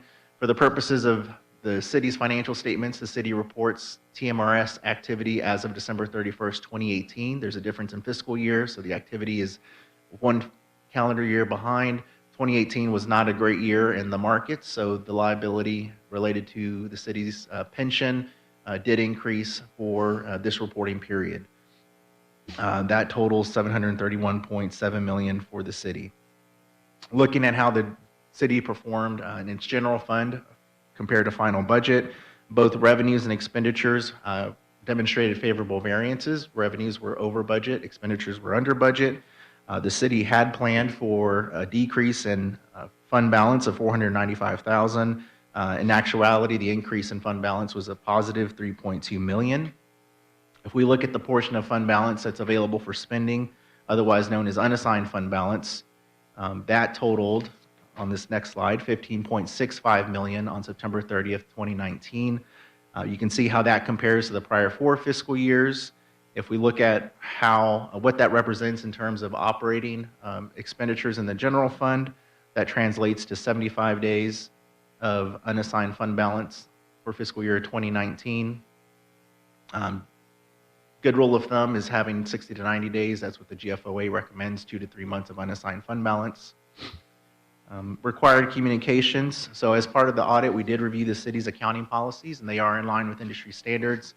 The financial statements do include estimates, and so because they are estimates, they can change in the future. Some of the more significant estimates include the city's allowances for doubtful accounts based on historical collections. The city's calculation of depreciation expense is based on the city's estimated useful lives of its capital assets. And then the third bullet here, the pension and OPEB liabilities and related deferred outflows and inflows and expenses. That's probably the largest estimate in the city's financial statements, and those are based on actuarial reports that the city obtains from those plans. We reviewed the basis for these estimates, and they are recorded in accordance with generally accepted accounting principles. We didn't experience any difficulties in completing and performing the audit. No uncorrected misstatements exist in the city's financial statements. No disagreements with management to report when it comes to the application of any accounting principles or accounting estimates. The last form of audit evidence we obtained from management is a management representation letter. In that letter, management represents to us that the city hasn't withheld any information that would materially misstate the financial statements or need to be disclosed or recorded in the financial statements. As far as we're aware, the city's not consulting with any other auditors or accountants on any matter. And then the last bullet on the slide, during the year, we may provide guidance and answer questions, but at no time do we feel any answers we provide or any guidance we provide is the reason why we're retained as the city's external auditors. That concludes my presentation on the audit process, the results of the audit, some financial statement highlights, and required communications. If City Council has any questions about the comprehensive annual financial report, the single audit report, or the audit itself, I'd be happy to take those questions at this time. Let me add something to your presentation. This was presented before the audit committee, and which is 3 council members and Cynthia and other staff members, and we worked it pretty good, and we're quite pleased with it. And I think the auditor has done a good job in presenting and going through. And we did clarify a couple of ideas that we thought we had, but we weren't accounting-wise smart. So, but Any other questions from staff on this item? I mean, from the city council? Mayor, if I could, this has been a process long, and we've had a lot of competing priorities, and so the document came to the audit committee, as you referenced. It did have some of the statistical sections that were not complete, and then also we were able to wrap up the fixed assets, which is flowing into the document, as I understand you received on Thursday. So council can choose to accept it, or with the COVID, lots of entities are going to be applying for extensions. So if you wanted to actually have some more time with the document and accept it at a future meeting, that's totally within your purview as well. So I understand. I don't think we actually have a motion on the table. yes, correct. So then I would move that we postpone the acceptance of this until it can be completed. Second. Councilmember Perez? Okay. Okay. Aye. You made a motion to Yes, sir, Mayor. We have a motion and a second to postpone the acceptance of this report until some of the items that are incomplete can be completed. So I think we're ready to vote on that motion. Okay. Councilmember Perez? Aye. Councilmember Owens? Aye. Councilmember Orlando? Aye. Councilmember Hernandez? Aye. Councilmember Moore? Aye. The motion passes 5-0. Okay.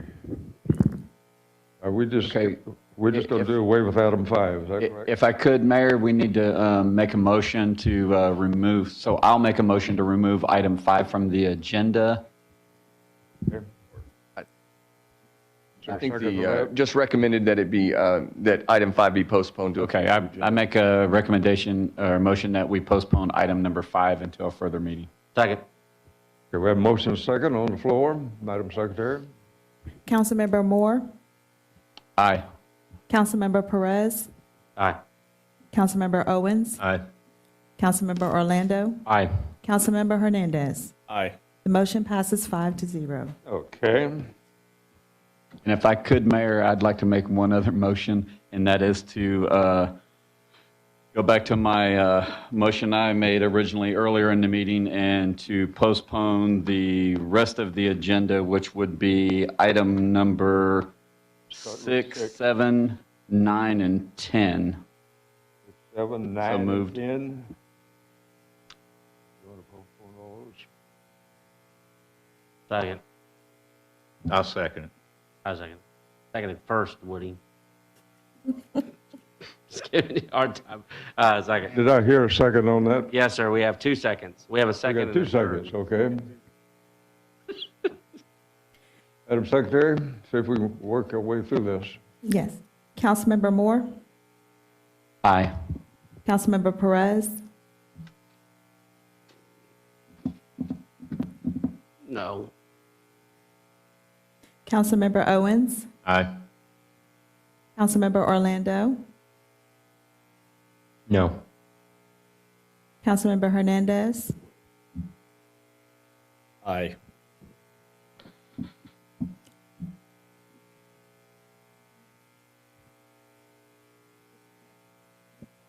What It's was a the- what tiebreak. was the count, head count? Go ahead. Huh? 3-2. Motion passes. 83-2, huh? Mhm. Okay. Well, that brings us down to, that completes our agenda, it looks like, at this point. Well, if, we'll see again on a future agenda, I hope, at this point. Let's go down to item number 9, which is mayor council issues for city council discussion, none. Item 10 is executive session under 551.071 for consultation with city attorney regarding confidential legal matters associated with utility billing. And executive session 551.074 personnel matters regarding the employment, duties, and responsibilities of city manager Deputy City Manager and Director of Finance with respect to water sewer billing. And executive session 551.074, personnel matters regarding appointments to boards and commissions.